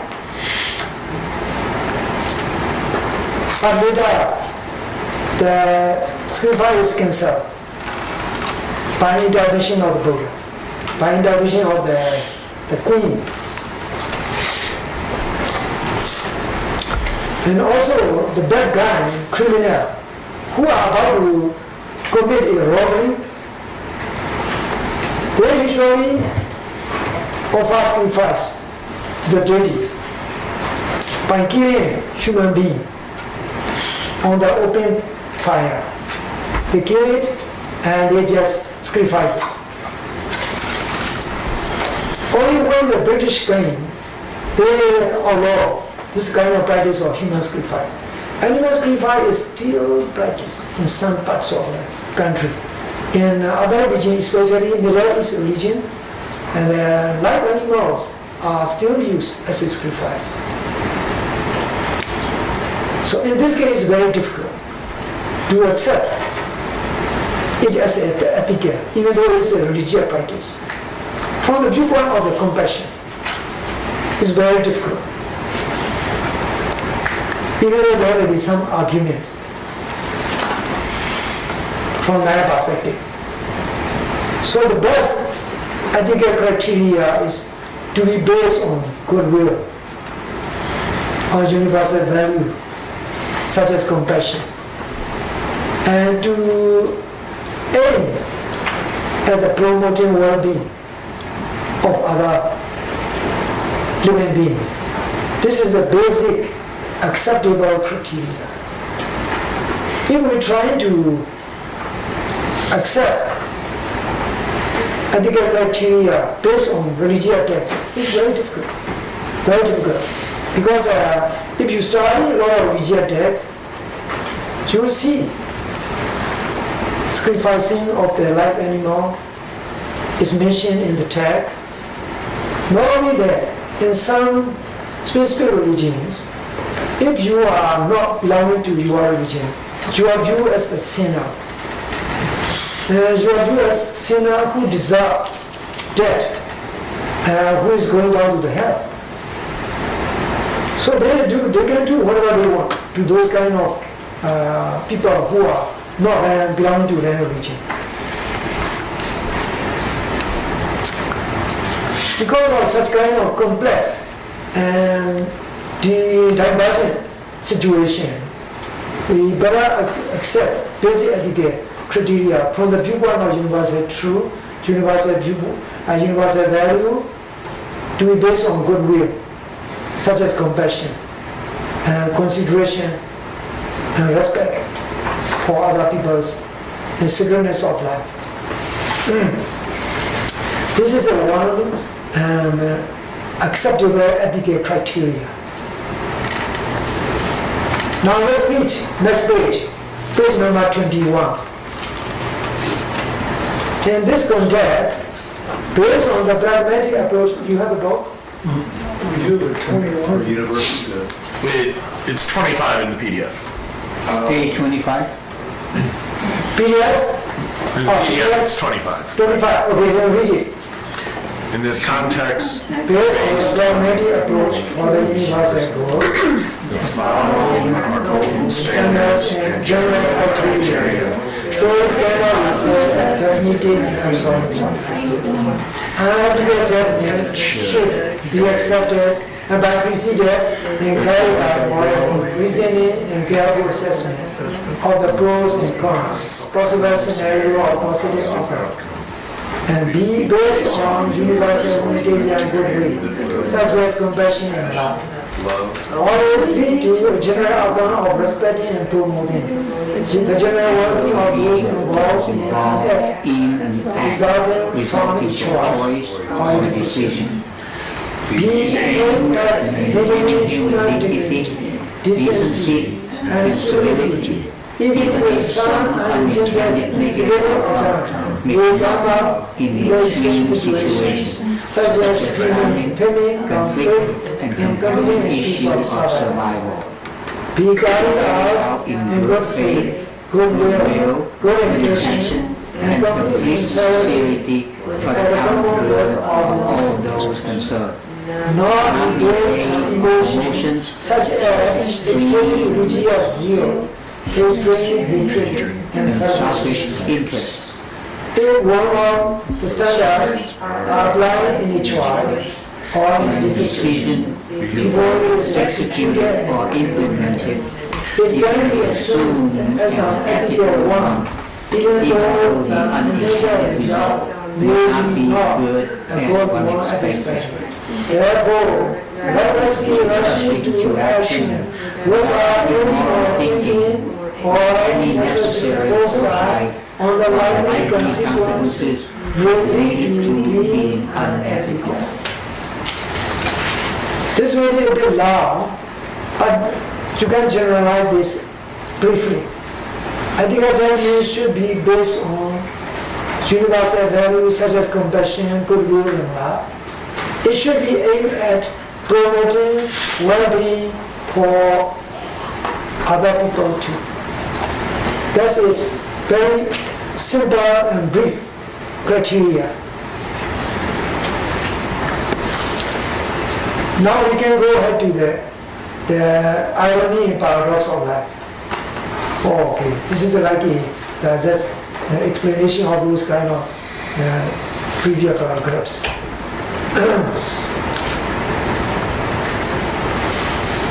Well, I just only explain it. You don't need to read. The world is full of complex condition. It's full of irony and paradox. You can be compassionate at the same time. You don't know how to put compassion into practice when you are faced with a certain situation. These are the explanations regarding this. First, in certain situations where people are living in undeveloped countries with a limited resource, let's say the Eskimos in Alaska, they don't have other source of livelihood. They have to kill fish. They have to live on the killing. In this case, it's very difficult to delve in ethical judgment. What's the moral? This is just only brief explanation about the irony and paradox. And sometimes, even though you want to practice compassion, the tigers will come running towards you. You have one way of defending yourself. To defend yourself, and you have a weapon. You have a weapon, and you may need to use it. In such kind of situation, complex situation, and survival becomes very pressing need. So moral judgment and moral issues become irrelevant. What is such a situation happen? What are we going to do? These are moral issues. There are a lot of things in the world, such as abortion, euthanasia, and in other issues such as the assisted suicide, the termination of life support machine at the request of the patient or at the request of the whole family members. These are complex issues where morality becomes at the dead end. In such situations, we have to use a different kind of perspective. But the best goal is to stick to the point of morality. But if you want to defend yourself, if you want to survive such a situation, you must do something. It's very difficult. In certain cases, and sometimes I think you will have had such incidents. In mother dog or in mother lion, sometimes eats her offspring. Even the moment after the offsprings are born. We don't know why the animal eat her offspring. Such kind of things happen in this world. And also in the animal world, the animals such as tiger and lions and other animals of prey, they just live on the life of other living creatures. In the animal world, it's very difficult to apply moral issue, even a human being, in extreme situation of survival, especially in extreme situation of survival, during the famine, during the war, or during a real living issue for survival. It's very pressing for the people involved in such a situation. Morality becomes irrelevant. Survival is the main issue. So in such case, it's very difficult to view from the moral viewpoint. We have to accept it's only set truth of life. One aspect of the set truth regarding the existence in this very life.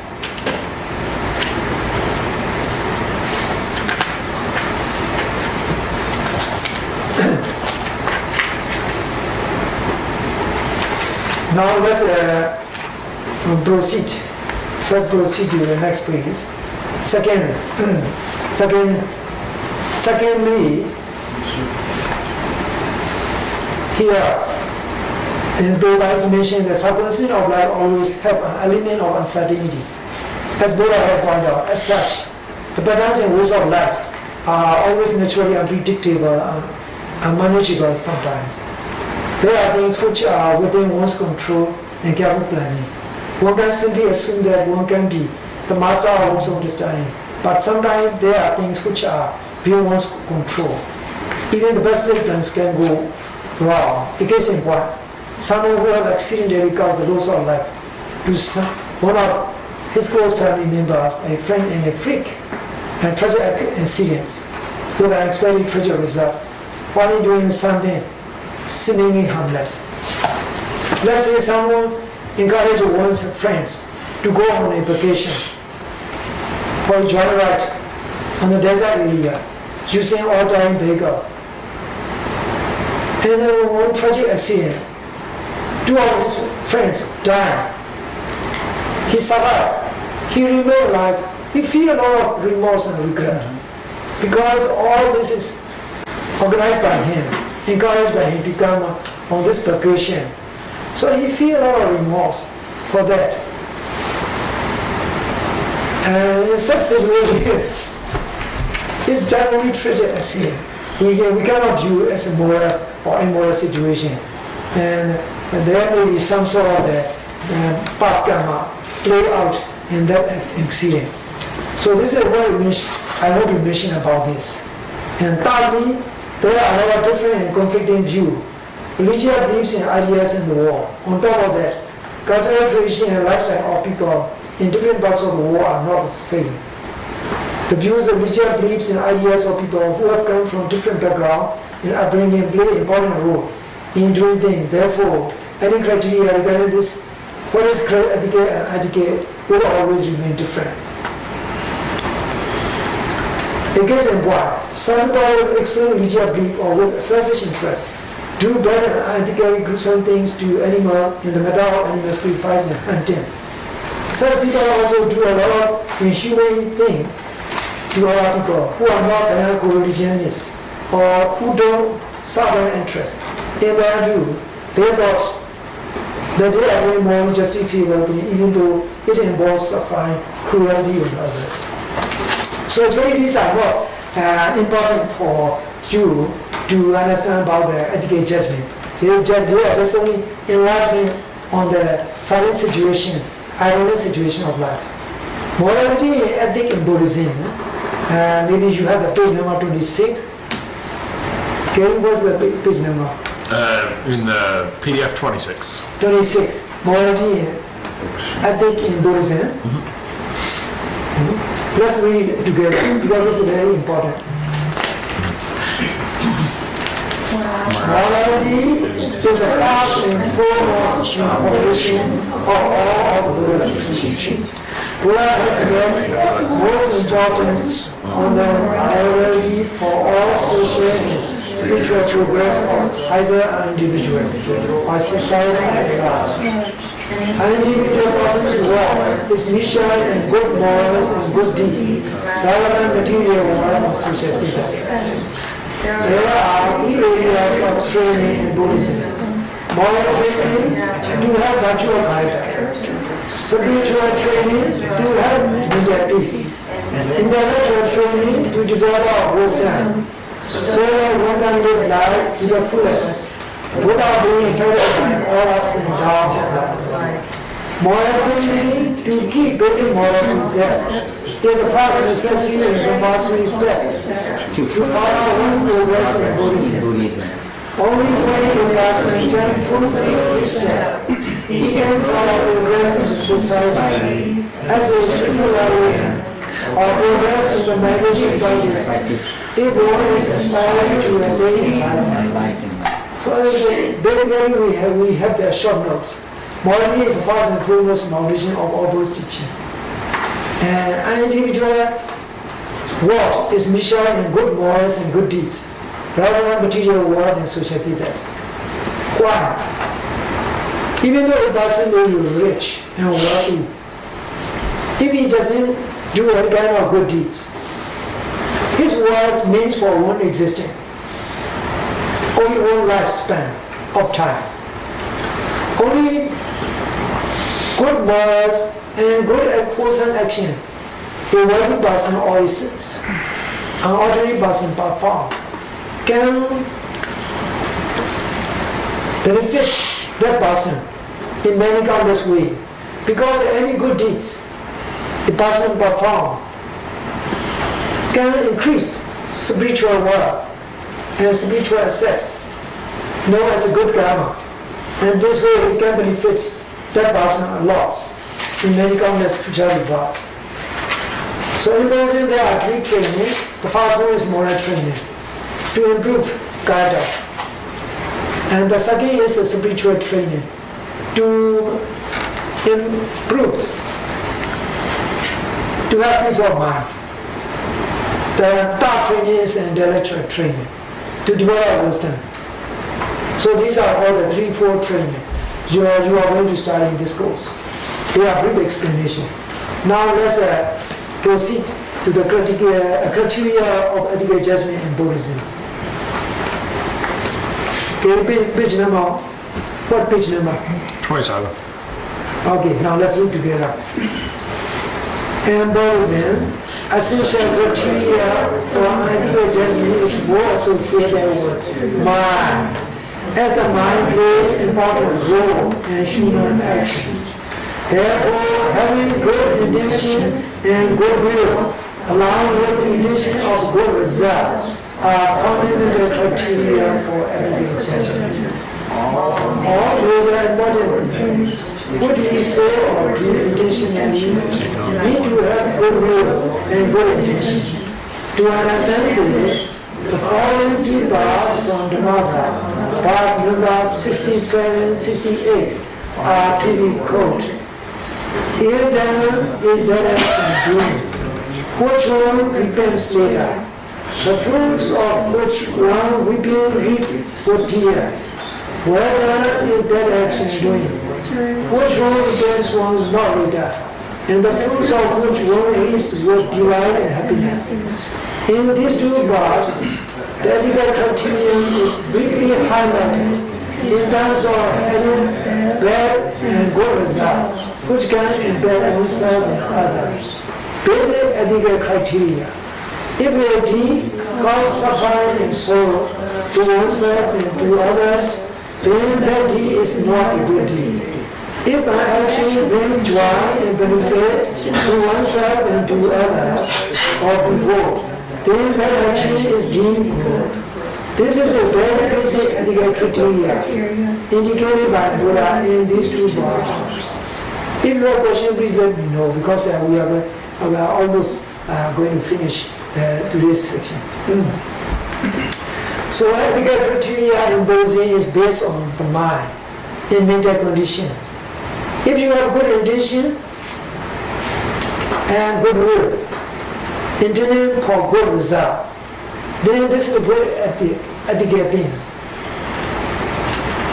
If someone has bad intention and bad purpose, then his actions are unethical. The bars, what they are saying is very simple, but in this case, it is like a very beautiful word in English. So what it means that any action when performed brings sorrow and regret to the doer, because the consequences of their actions are bad. He has to receive those consequences with a sadness and crying. Then that action is not good. Any action, having performed, having done, brings good consequence, brings joy and happiness, then that action is good.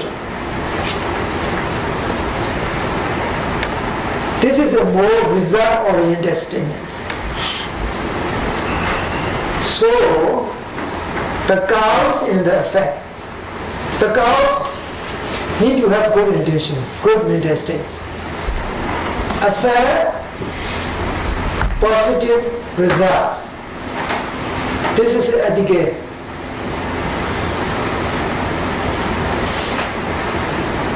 So do you have a good judgment regarding the ethical action? You have only two things. Good will, good intention, and good result. That's it. And for unethical thing, two things, bad cause and bad effect. Bad cause is ill will, bad intention, and aiming at bad purpose. This is more relevant to everyday life. Sometimes you do some good thing for someone with a good intention. Your good intention itself is very wholesome. The result may turn out to be good, may turn out to be bad sometimes. You may have intended negative consequence. Even though consequences are negative, which you never expect, your action can be called attitude.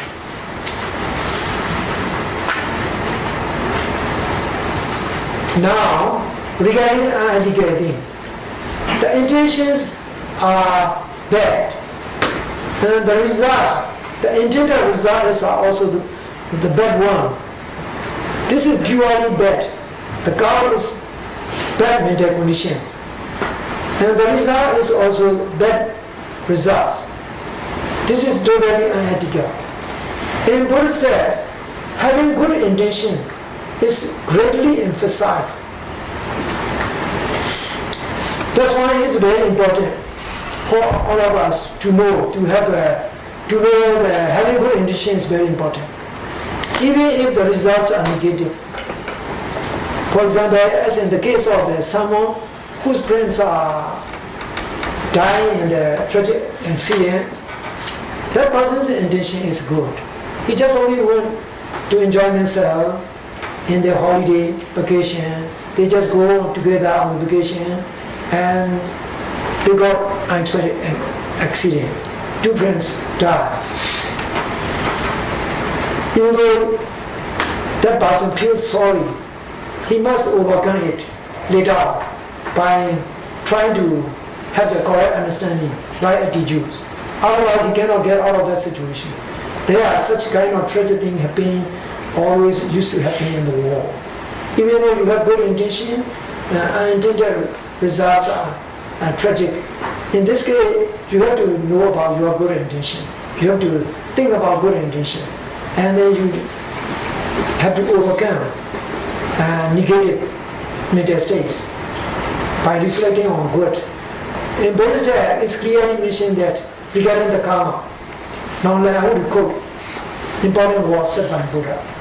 Chetana bhikkhve kamma varami chetedva koti kayina vachaya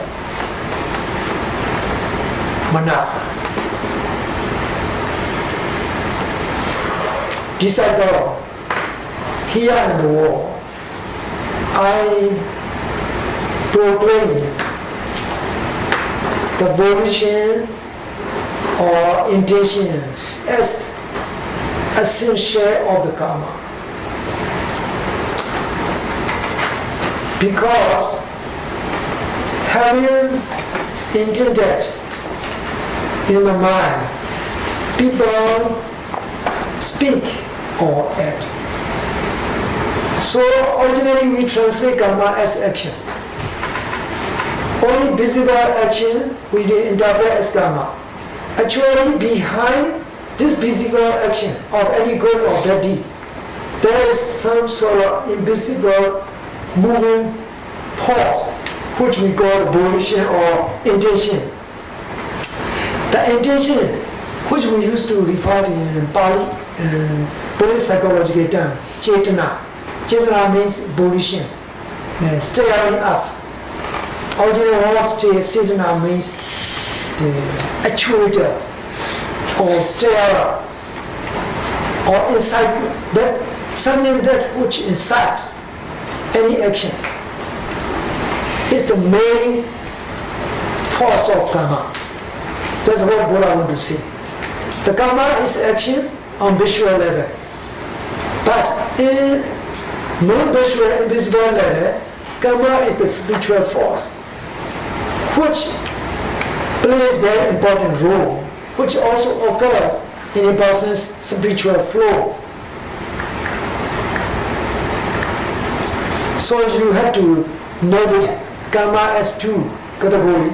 One is visible karma as an action on the physical level.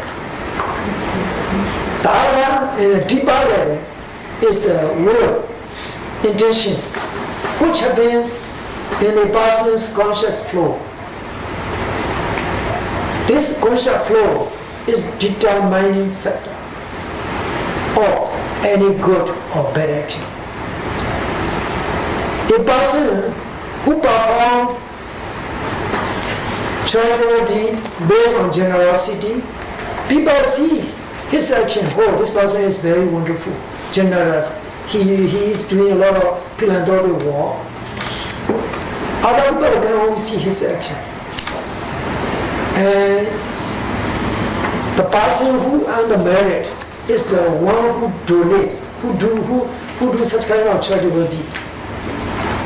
The moment he starts thinking about, oh, I should contribute and some amount of fund to such kind of organization, or cancer treatment society, or some sort of the social foundation, I should donate such and such amount of funds. The moment he starts thinking about that, he already earned the merit. That merit, even that person cannot see his spiritual energy, positive spiritual energy being accumulated and accruing in his spiritual flow. That wonderful positive spiritual force will benefit him in many ways. Even though he may not remember what time he did such kind of good deed, it will always remain in his spiritual flow and wherever he is reborn. That's why we have very distinctive physical marks in our person. For example, if you look at your palm, you see the lines. You see the lines? These lines are like eternal records of your action. This is what is set in Buddhist text. No one can erase them. No one can erase them. No one can write on the palm. When someone is in the mother's womb, no one can write down, engrave on the palm of that person. Only that person's spiritual flow manifests in the physical form. Regarding this, I want to explain one of my very tragic story of my friend. He's a dream that he's 45 years old. He's also a fellow man. He has relatives and a lot of family members living in California. He's going to move to California. And accidentally, I just look at his palm. I saw that some lines are here colored. It's about, according to my estimation, he's going to get a very tragic accident in his life, maybe within 51 and 49, up to the minimum of the 52. Then I advise him not to go anywhere, not to go outside of the place, just only devote his life to the spiritual practice, intensive meditation, without going out, without even using the car. Because I saw he's going to get some sort of injury by the metal objects. He just smiled at me, he doesn't accept. So I want to keep the story short. He just go to the United States. There are some sort of mysterious force preventing him to go there. He tried to overcome all this. I just say, no, please stay. These are very good things. Your passport is now blocked by ministry. So don't go there. This is a very good chance for you. Your good karma is coming to protect you. He doesn't accept my advice, he just goes. Within 1.5 years, he just passed away in a tragic accident, tragic thing. So such kind of thing are within in our physical body. We know we cannot interpret exactly. So the records of good deeds and bad deeds are always in spiritual flow. That's what we have to know. When you perform good deeds, you don't need to record, you don't need to declare in front of public. All your good deeds will have a permanent record in your spiritual flow, and which can benefit you in later times when you are involved in next phase of life, either in this life or in next phase of life. In this way, you have a strong understanding regarding the functioning of the karma. The functioning of karma is very mysterious and very complex in many ways. Once you understand that, you try to cultivate goodwill and live a very wholesome and wise life. This way you can benefit lots. Now let's conclude today's section. If you have a question, please feel free. Afterwards, the reference for the suttas for the hand reading. Yeah, where the Buddha talks about that, yeah. No. Oh.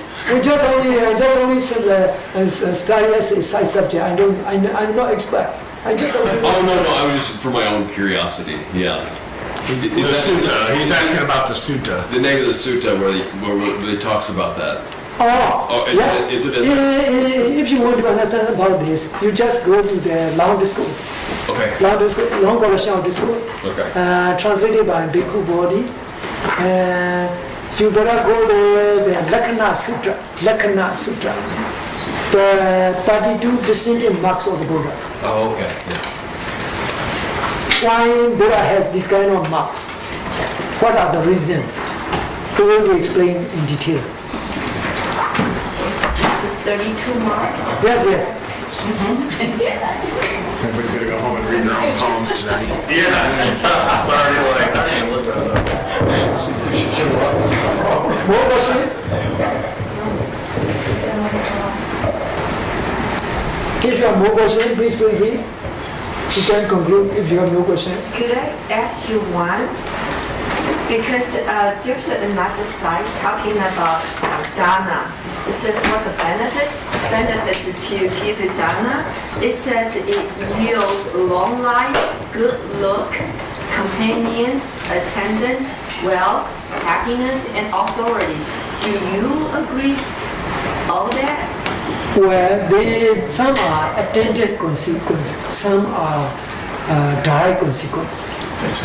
Direct consequence of the charity is having more success in one's business, more wealth, more prosperity. So more money. Yes, more prosperity.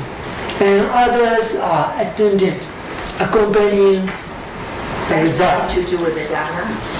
So the companion and good look and attendant, that those have nothing to do with These are indirect. Indirect.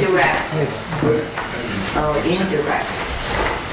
Direct consequence is only wealth. I like the sutta with the guy who was so stingy. The Buddha started off with having him have one hand of rice and putting it into his other, and couldn't do it at first. Remember that story? He was so stingy he couldn't even transfer food from his one hand to another. But eventually he could do that, and then he turned into being one of the most generous persons. I'm trying to remember which sutta that was. But. If you can give me where you got that, I can find it in the text. Okay.